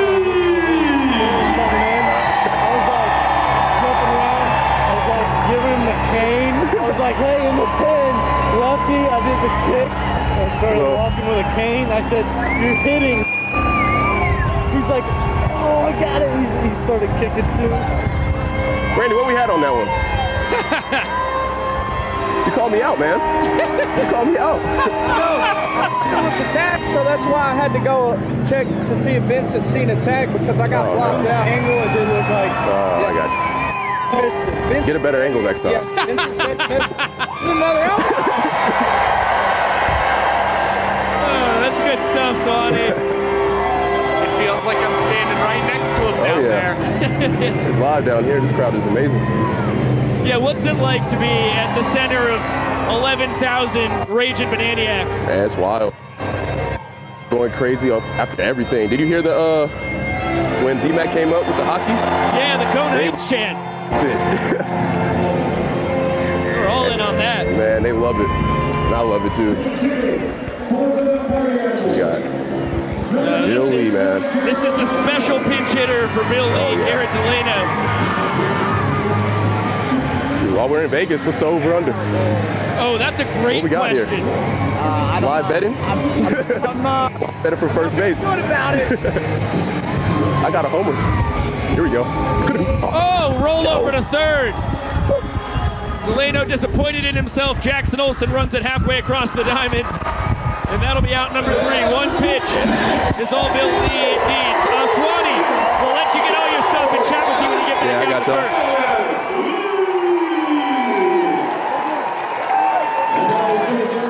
That's what Bill Lee does. Delano took him deep in Daytona earlier this year, but well on top of the Leafus. And how about the showmanship from Jackson Olsen?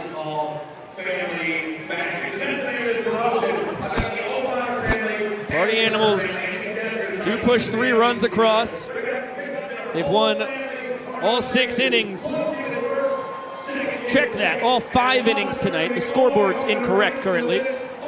And let's throw it down to the young professor.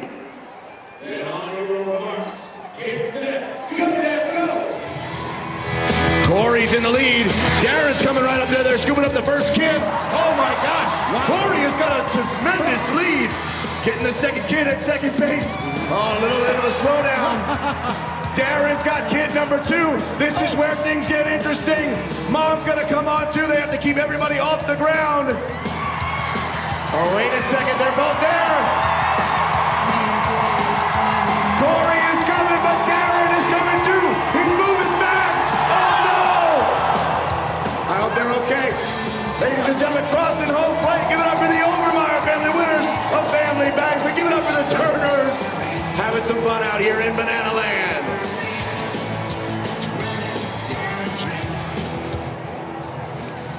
Well, big crashes are liable to happen when it's family baggage time. Kids shake it up, understandably so. They ended up on the bottom of a mom and dad pileup, and nobody worse for wear. Let's bring Jason Swan. I'm gonna let Randy have it, man. Yeah! Yeah, there you go. Man, I was gonna challenge it real quick. And we got instant replay. Send this thing up to the booth. Uh-oh, DR? DR, line drive down the left field line. Can you touch it back? And coasting into second with a stand-up double. DR? About that, now 1 for 3 on the night. Mr. Jones. You got a beautiful voice, Jason. Thank you. That was my second job. I was a singer. Are you serious? Nah. In another life, man. Now Eric Jones, solo homer his last time, flunked his first time up. And now Lialios is going to bring Acuff, Baber, and Skoll in for a little choreographed dance.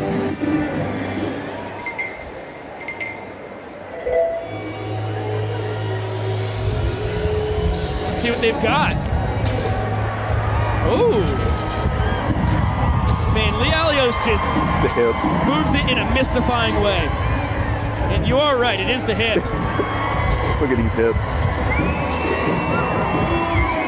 I don't know if it's more impressive, his dancing moves or his ability to throw mid-90s. Now, Swanee, on a scale of 1 to 10, where would you rank your dance moves in comparison to your Party Animals teammates? I would rank it. See, this is how you tag someone. Oh, good job, Jason. Okay, you get back to your ranking. Probably about, they be taking me off the player dance, so I don't know. I guess I'm bad. I think I'm pretty good. So you think you've got some disrespect for Maceo? Yeah. Maceo's my boy, too. Vitamin D lofts that out to left. Tanner Thomas with the snag. DR tagging. Oh, my God. That's close. Yeah, Tanner's got a howitzer for an arm. Come on, Tanner. Still a sack fly. But with 2 outs, the Bananas need 2 more runs to tie the inning. Yeah. Good shot. Dan Oberst will swing it 0 for 2 on the night. Jason, what was going on in your head last night when that pop fly was coming your way and you eventually barehanded it out of the air? I was like, this is my time to get on the board with a trick play. Let me do it. I need it again because if I do it again, this fur coat's coming off. Oh, good. I was wondering what it took to remove the fur coat. Ball in the air, fur coat comes off, catch the ball. That's nice. I like that a lot. Yeah. I need like some more grounders. I've been working on it behind the back and fielding it and everything.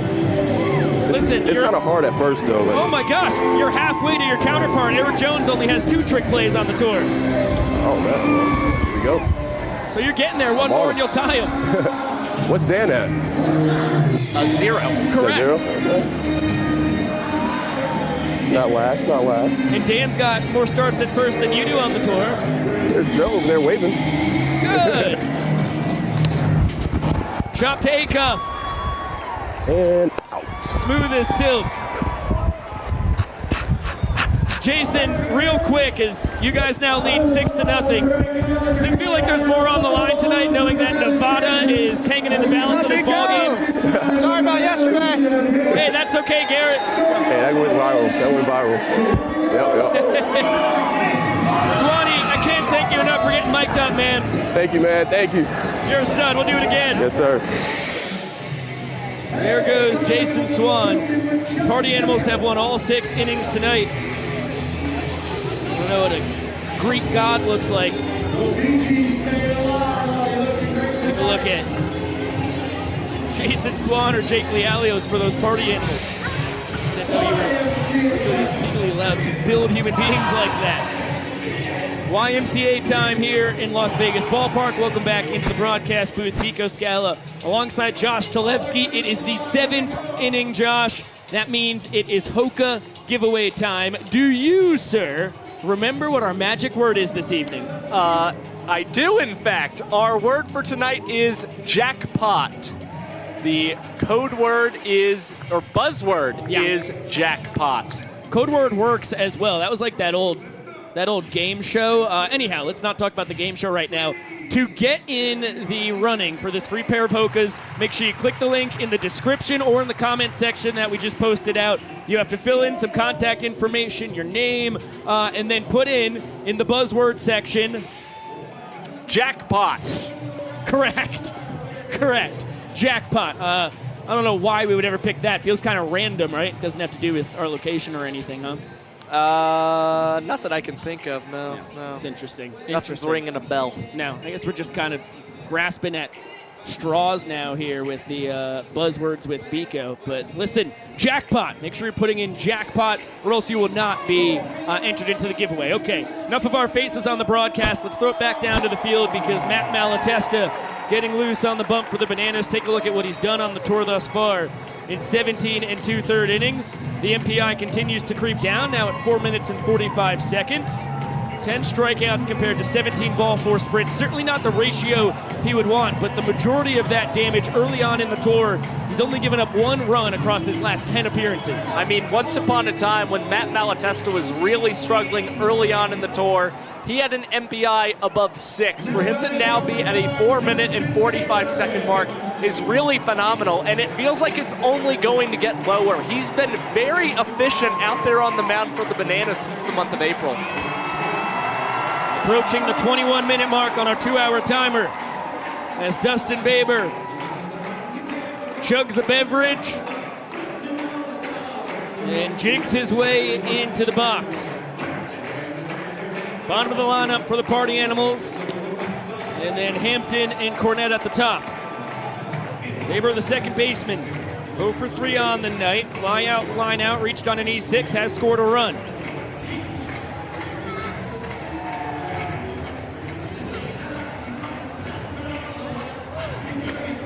Ball blasted but foul. Fan could make a play on it. No, it's going to really bounce out of the stadium. It's been history central here in the Bananas and Party Animals maiden voyages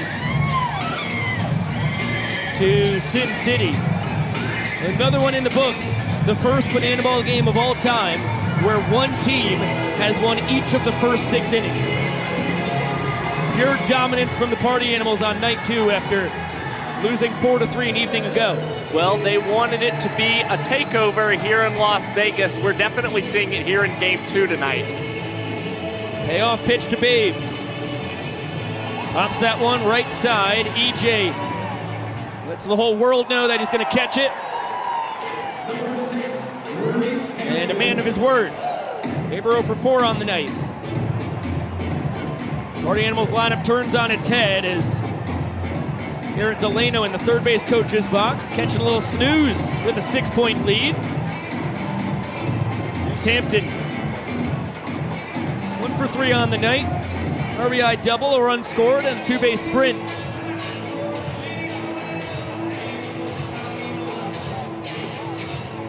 Count 2-0 on the switch hitting right fielder. And Reese has extended his hit streak once again, now up to 19 games, 19 consecutive games here on the tour. And by the way, last night he became the first player on the tour to reach the 40 hit plateau. Make it 42 hits. Check that, 43 hits on the tour for Hampton since he got his 40th an evening ago. That's his 3rd of the ball game. You take a look at the replay, boy, it looks like that phenomenal snag and 360 throw by Jackson Olsen was in time. Yeah, bang, bang. Understandable by why Randy Voss called Hampton safe. Let the Party Animals catch a break. Hampton 3 for 5. Check that, 3 for 4 on the night.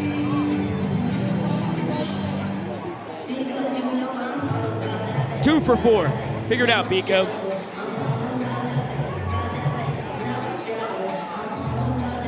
Which, by the way, for everybody keeping track at home, means that was his 42nd hit on the tour.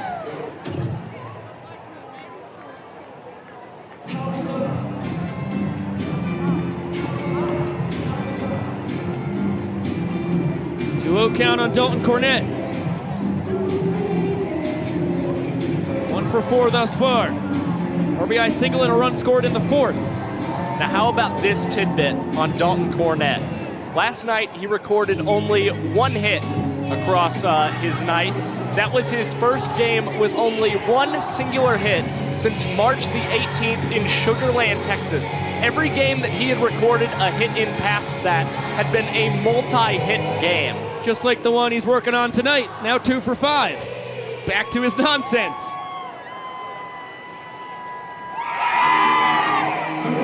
Jake Skoll. Saunders up to the dish. A double away from the cycle. 3 for 4. RBI single and a run scored in the 1st. Triple in the 3rd. Reached on an error and scored a run in the 5th. Solo home run in the 6th.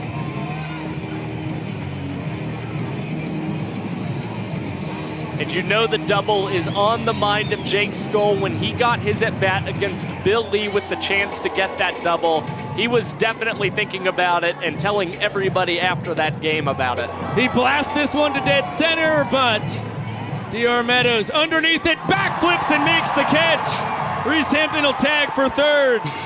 Another mind-boggling backflip snag by the doctor out in center field. He is 18 for 20. Leading all outfielders by a sizable margin in trick plays. I mean, it's always a dazzling play when DR's hitting a backflip in center field, but give him credit, able to corral that ball despite kind of the windy conditions here in Las Vegas. That is not an easy catch to make.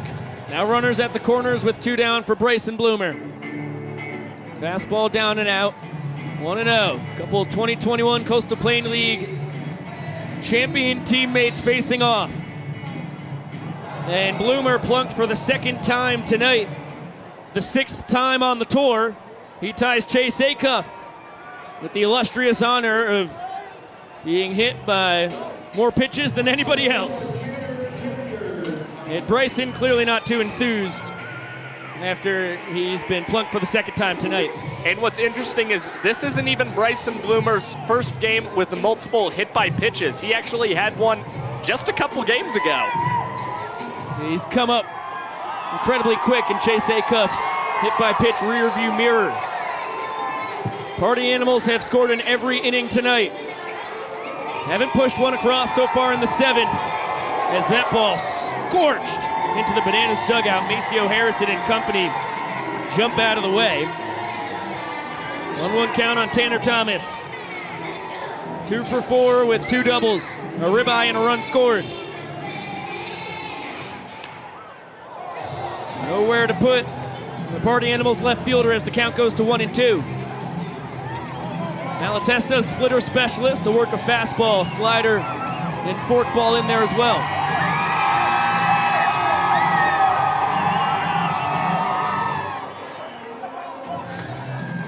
Count even at 2 balls and 2 strikes. Hampton off 3rd. Cornett off 2nd. Bloomer off 1st.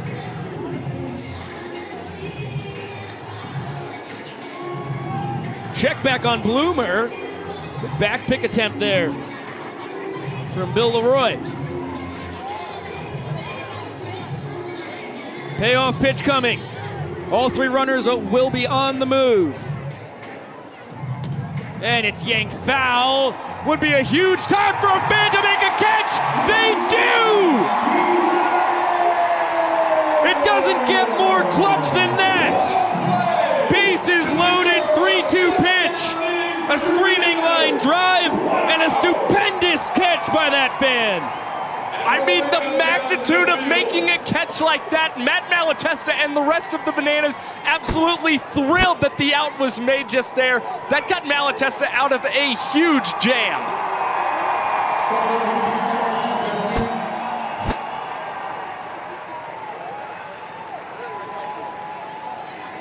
And the fan being taken down in the field. Guys, right here, huge round of applause, 15-year-old Trey! What a play! He's going to be joining the Bananas now. But fans, I need everyone to pull out your phones and turn on your flashlights. Everyone here at Las Vegas Ballpark, turn on your phones. and your flashlights. We're gonna join in and sing Yellow together, all of us. Let's light up the sky. Here we go.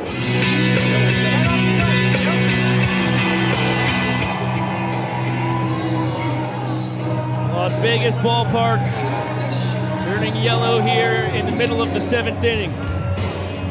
Party Animals have won the first 6 frames tonight, but Matt Malatesta, with the help of that 15-year-old fan, gets out of the bases loaded jam, and the Nanners just need 1 run in the bottom of the 7th to notch their first point tonight. I mean, again, what a huge spot for a fan to make a grab. That now marks the first inning the Party Animals have not scored in this contest. And more history in the marriage capital of the world.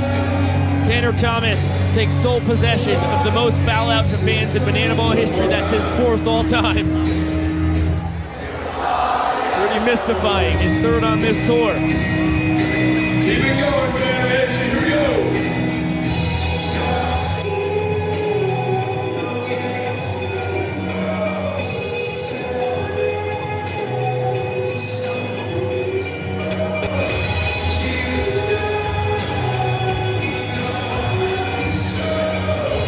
Wild affair it's been tonight. The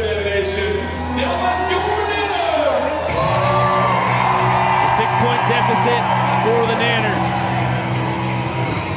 And our final inning is getting awful close to us. About 11.5 minutes to go on the timer. It'll be tough to get 9 innings in tonight. Gonna need an awful quick walk-off here in the 7th. And then just about as fast an 8th inning as we've had on the tour.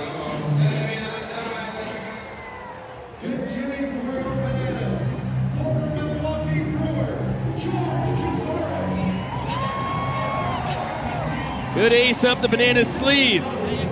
George Kataris will pinch hit here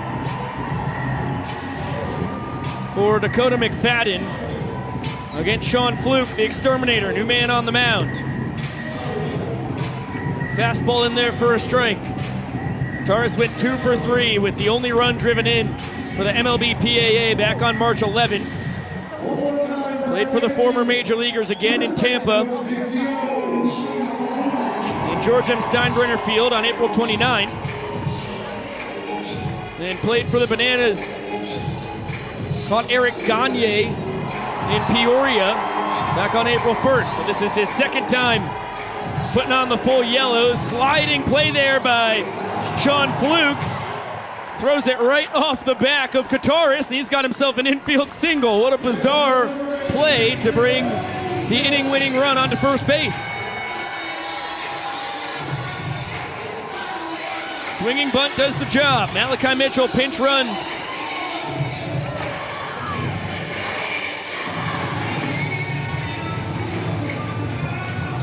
For the 7-year MLB vet. And Jackson Olsen with 9 walk-offs on the tour thus far. Strikeout and a fly out to left. Tanner Thomas robbed him of what looked like it could have been destined to dink down into shallow left for a base knock.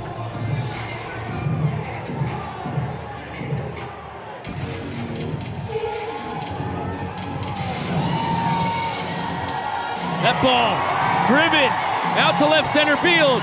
Tanner can't make the shoestring catch. Malachi didn't get a good read on it, so he's only able to go station to station. But nonetheless, the inning-winning run now in scoring position, still no outs. Yeah, that's a really tricky ball to judge if you're Malachi Mitchell. Tanner Thomas tracked it very well, and I think that's the reason Flash wasn't able to confidently, go all the way to second base and then try and get all the way to third, closer into scoring position.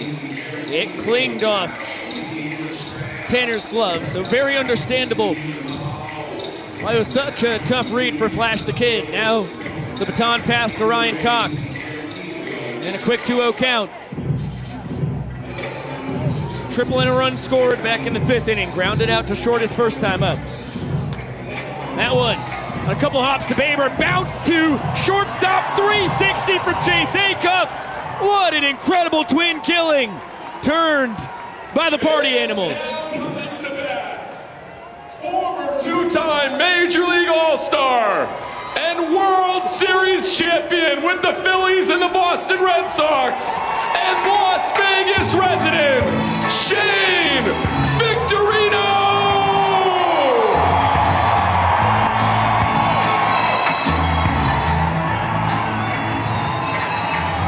How about the roar of this full capacity Las Vegas ballpark crowd for the Flying Hawaiian? He told us he'd break out Three Little Birds once again when he was in the booth with Josh and I earlier. Shane, a man of his word. And he lines that one into left center field. Shane Victorino walks off the 7th inning.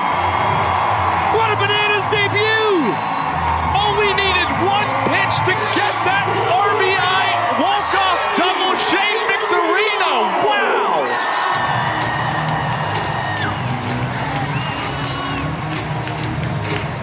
Welcome to Banana Land, the Flying Hawaiian.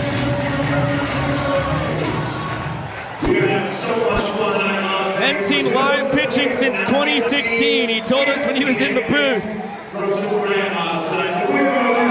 wasn't going to take any pitches once he got into the right-handed batter's box.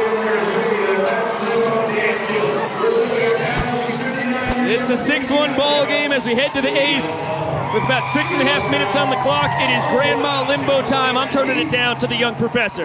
Roz has. Roz is 66 years young. Oh my goodness, Roz with the swag. Oh wow. And here comes Carolyn Rutherford. She's 82 years young. Show it to him, Carolyn. Oh, with the gritty. She's hitting the gritty. Oh my goodness. We got a vote. How do we feel about Carol? How do we feel about Roz? And how did we feel about Carolyn, everybody? You're winning the Grandma Limbo. Give it up for Carolyn, everybody!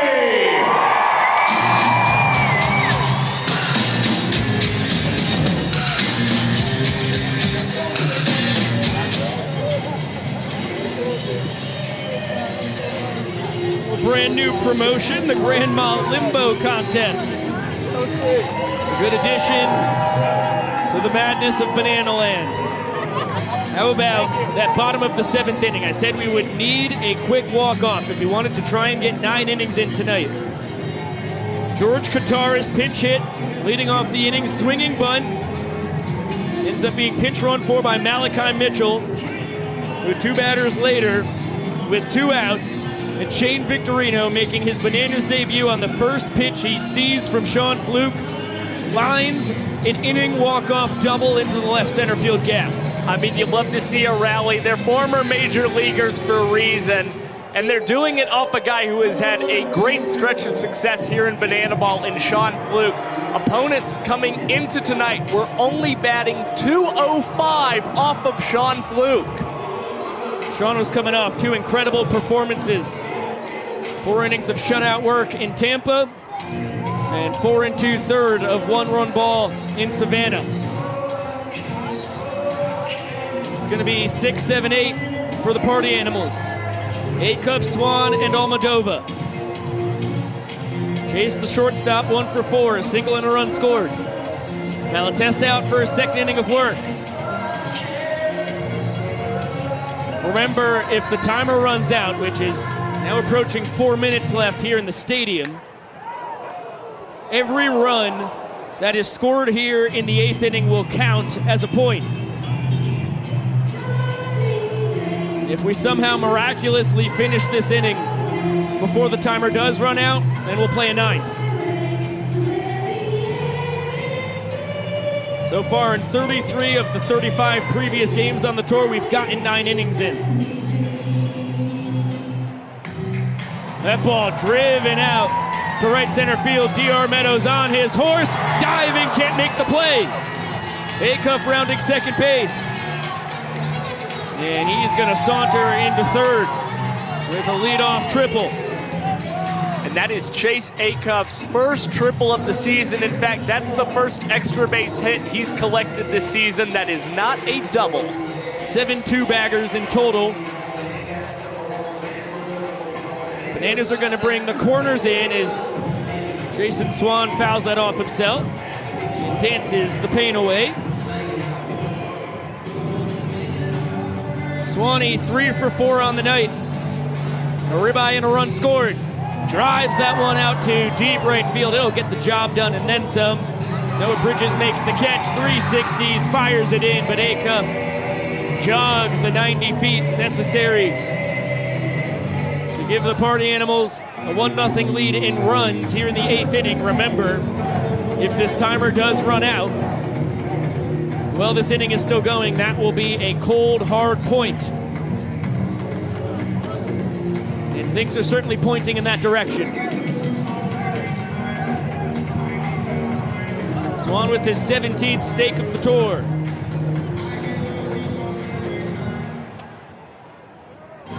Breland 2 for 4 on the night with a run scored. The Stylin Hawaiian out of Honolulu, Hawaii.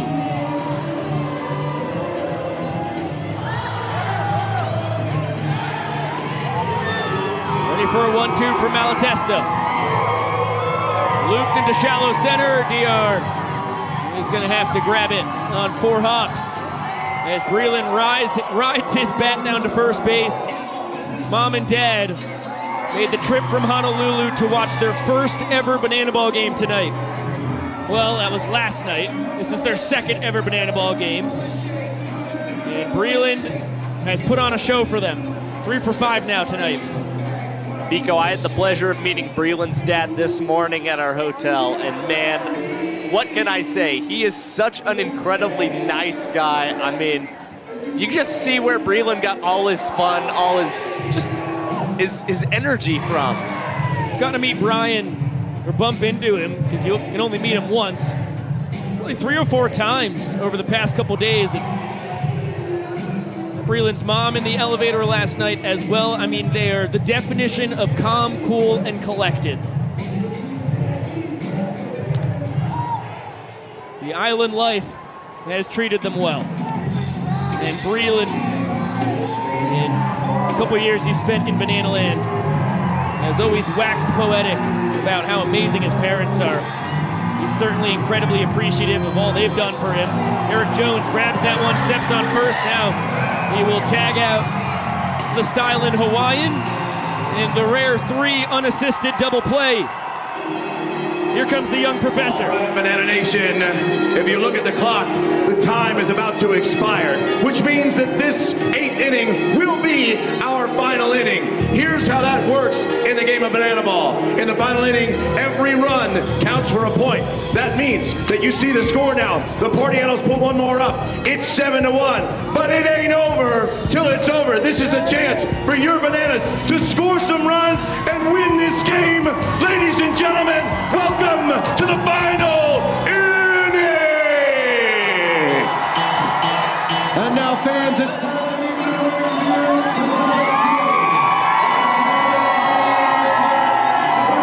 The young professor does not lie. As I mentioned, when Swan drove in Acuff with the sac fly, that was probably going to turn into a point. Now it is official. A 6-point deficit for the Nanners. Only 3 outs.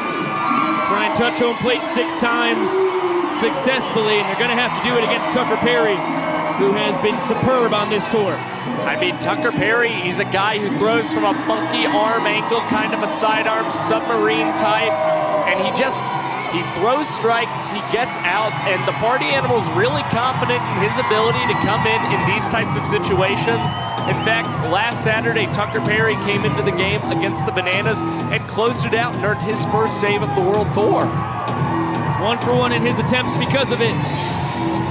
Take a look at his numbers right there. Anytime you're averaging less than 4 minutes per inning pitched, you're doing something right. An 8 1/3 innings thrown. Only 3 earned runs for that 3.24 ERA.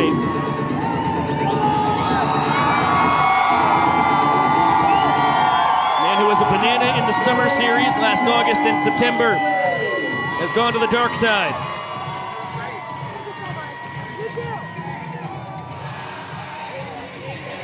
Guy who started at USC Aiken, played at Concord University, finished up his collegiate career at USCB. Faces off against another man who got 3 colleges for the price of 1, Mr. Danny Hosley. It's 9-10-1 for the Bananas. And that one behind Haas, he thinks about trying to steal first base.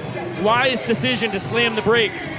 Not a lot of space behind home plate here in Las Vegas Ballpark. And Joe Lytle was pouncing on that ball like a cat. And you definitely don't want to start the 9th inning down this many runs or this many points by making the first out trying to steal first base. Hosley was pinch hit for by Dakota Stilts Albritton his last time through the order. He got a line drive single. Haas grounded out in his only trip to the dish tonight. Cuts and misses on a rare changeup from Tucker Perry, mostly fastball slider. And that ball fouled out of the stadium. No chance for a fan to make a play. Hosley, a couple years at Patrick and Henry Community College, 2 more at Norfolk State, finished up at George Mason. This is his first experience as a pro. Same goes for Tucker Perry. And that one misses up and in, count runs full. The Bananas are in the business of base runners.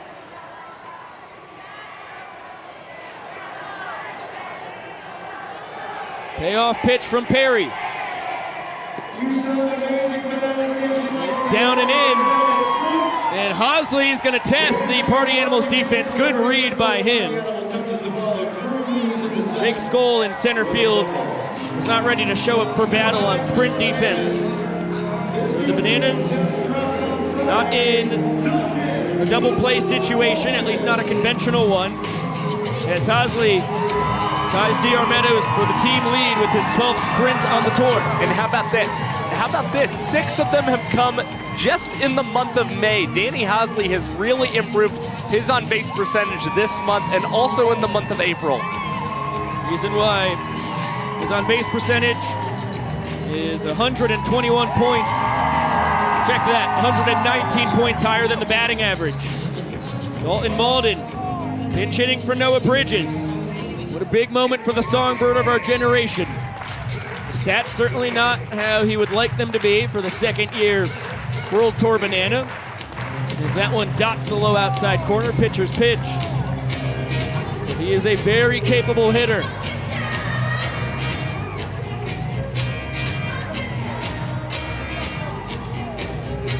Hosley takes off for 3rd, swing and a miss. It'll be a swiped bag. Danny now 5 for 7 in that department.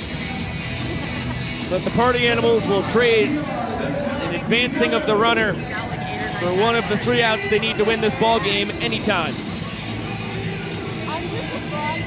That was a really interesting decision to pinch hit Dalton Malden in that situation. I understand that you want to get him some action tonight. He only had 1 AB last night. But Tucker Perry is a righty specialist. And that was Noah Bridges' spot, a left-hander. Tucker dreads throwing to lefties. He's told me so on a couple occasions. The only thing I can think of, the reason the Bananas decided to make that move, Noah Bridges 0 for 4 against Tucker Perry on the tour. That was Dalton Malden's very first plate appearance against Perry this tour. Going with the unknown quantity instead of the 0 for 4. It's a fair enough explanation.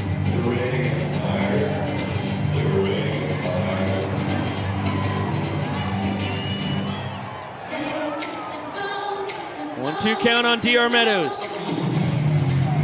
At the top of the order, their center fielder is 1 for 3 with a double as he taps that one foul, just protecting what looked like was going to be a strike, and then the slider danced nearly a foot out of the zone. DR Meadows, it would appears kind of just frustrated that he even chased after that pitch there. Instead of having a 2-2 count, the count remains at 1-2 for him. He's only had a handful of at-bats righty on righty against a Submariner. It is a bizarre experience. Everything looks like it's going to be right down the middle. And the two seams bite in on you, the sliders break away. As you see the fastball cutting down and in.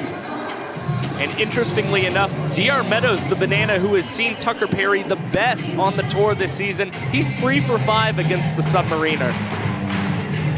2-2 pitch coming. Well under it. Skied a mile high in foul territory. Bryson Bloomer makes the snag, and the Bananas down to their final out. Make it 3 for 6 on the tour for DR against Perry. Eric Jones, good guy to have as your last hope. Bananas down to 6 points. They're going to need a historic rally down to their final out.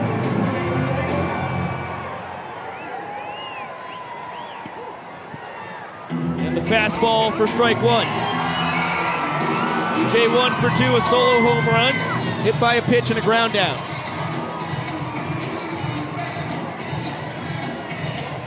And a beautiful front door slider count. 0-2, Bananas down to their final strike.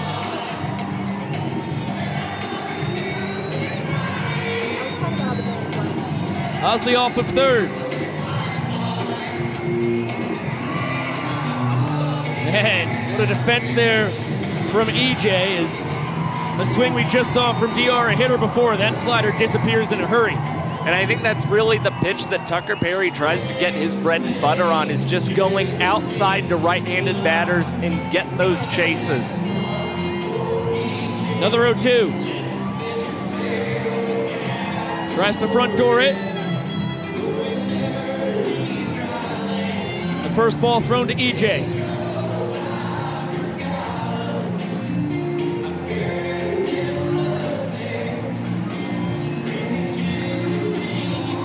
Fight off the fastball. Quite a battle here with the game on the line.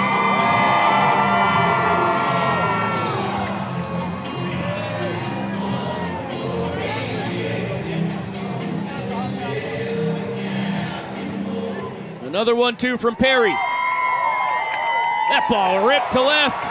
Niners still have life. Osley scores from third. EJ with a big round to first.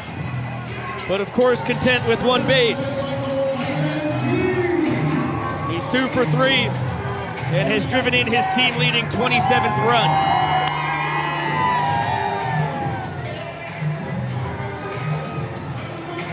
Now Michael Deeb. 1 for 2 on the night, a single and a sac fly.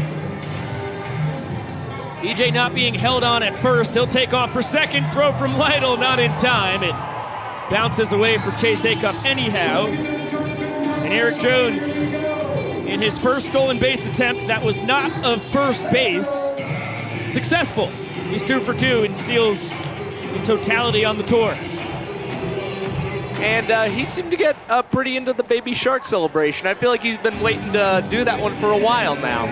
Jason Swan was not holding him on, understandably so. Nanners still 5 points behind the Party Animals. The man who matters is Michael Deeb. 2-0 count. He turns on it, cranks it down the right field line. Kiss it goodbye. 2-run blast from Michael Vitamin Deeb. And it's a 3-point ball game. Second long ball of the tour for the Notre Dame linebacker. Michael Deeb last hit a home run in the series all the way in Jacksonville in early March. It's been a long time coming for Michael Deeb. A lot of hard hit balls, barrels as he'd like to say. He missed one barely in Kansas City, but now he finally gets one here in Las Vegas, Nevada. And let's get a gif of that bat flip. Put a frame on it, hang it in the Louvre. That thing was majestic. Deeb has had approximately 17 foul home runs in between his first and second dinger on the tour. Now the baton passed to Dan Oberst. And the Nanners, the second time in the last 3 hitters, down to their final strike. Dan 0 for 3 tonight. And cuts and misses. That'll do it for the Bananas. A nice rally in the 9th. But they end up splitting Las Vegas as the Party Animals 7-4 victors. And Tucker Perry, after adding some excitement to our ball game tonight, nails it down.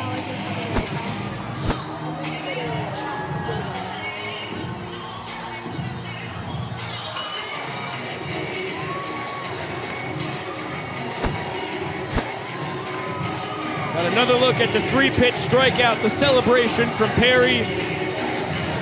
And the Party Animals now church clapping as they've been known to do. And they claim victories as of late. And they're on a full sprint to invade the pool in right center field. Series here in Las Vegas. You have been absolutely incredible. Thank you so much for going Bananas with us. We appreciate it. Don't forget, fans, we love you, and the party's just started. You can meet all your players and get pictures and autographs right out front. Please exit in the gates behind home plate. The plaza party is just about to start. So head on out, get your pictures, get your autographs. This weekend's not ending anytime soon. We'll see you out at the plaza party. Las Vegas, we love you so much. We'll see you soon. Love you. How about the splashdown in right center field? What a celebration for the Party Animals as they all kerplunk themselves in the drink. I don't think they would rather have it any other way. I'm sure they wanted to do that last night, but it's good to split the series with the Bananas and then be able to get and have some fun times in the pool. No doubt about it. The state of Nevada will be one win for the Nanners, one for the Party Animals here on the 2023 World Tour. The Bananas have won Florida, the Party Animals have won Texas. Nanners could have gotten a whole lot of geography under their belt here tonight.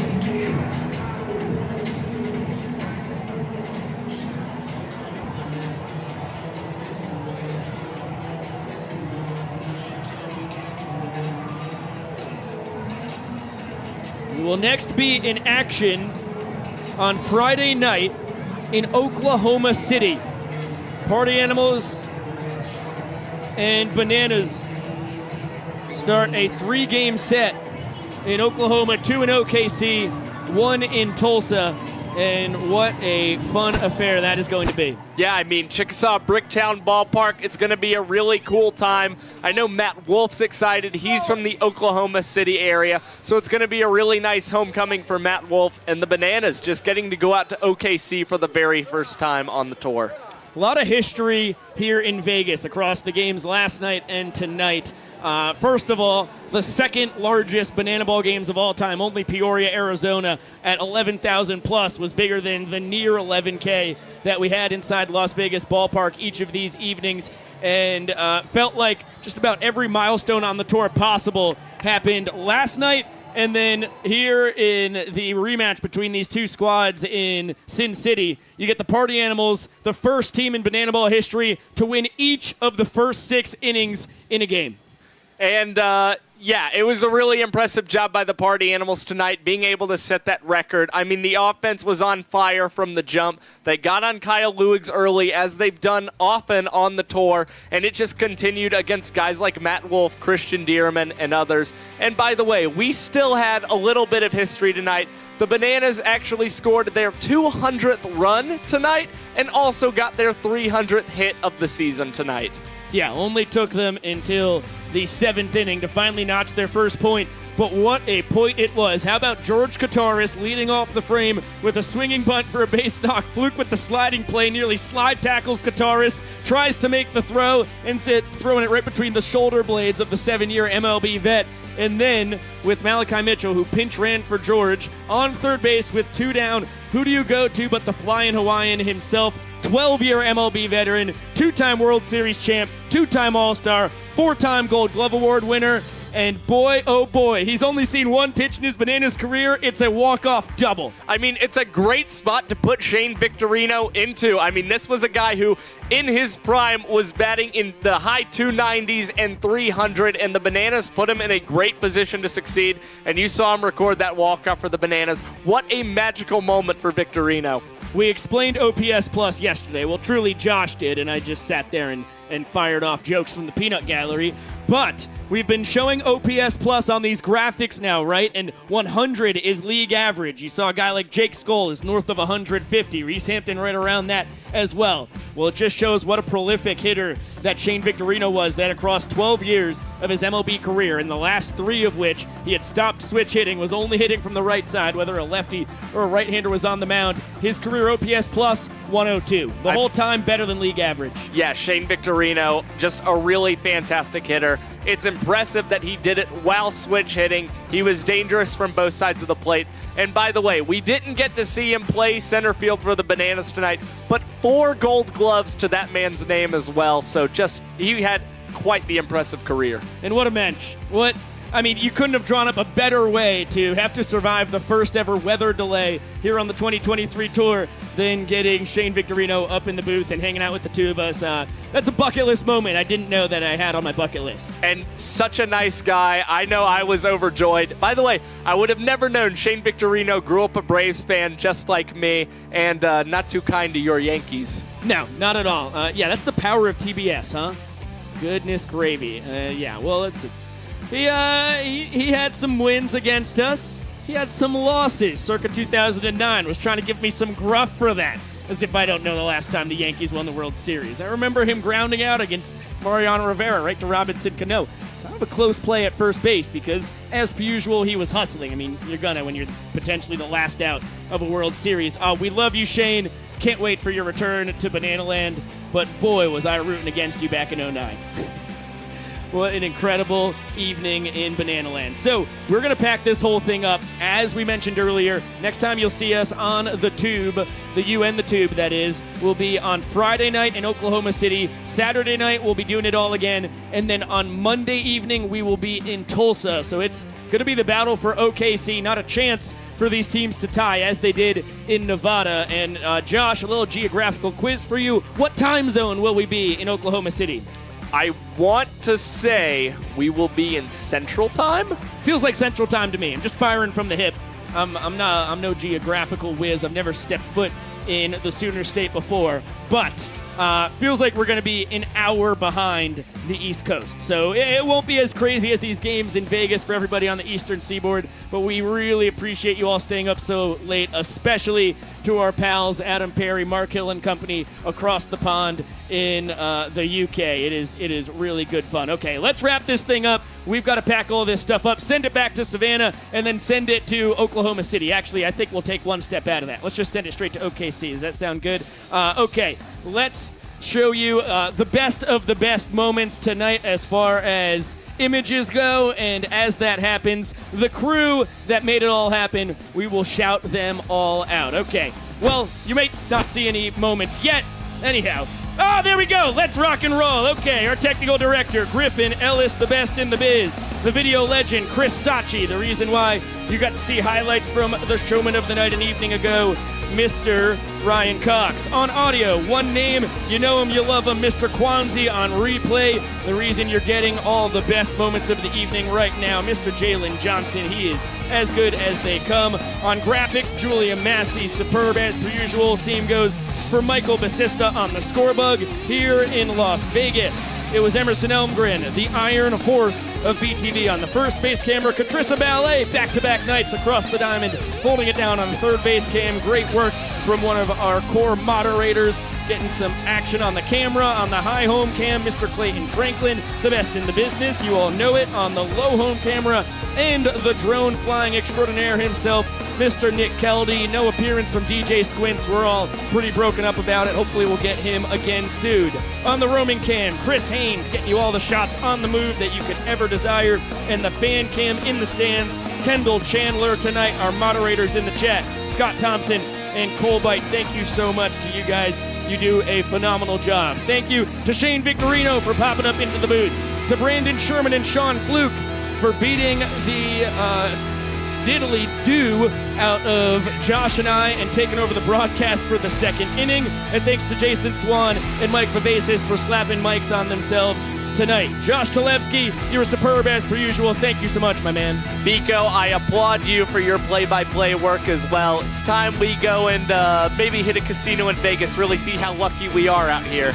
That's a fact. That is a fact, my dear friend. For the straw that stirs the drink that is BTV, Mr. Chad Reese, our coordinating producer, the best in all of the media business. I'm Biko Scala saying so long for now.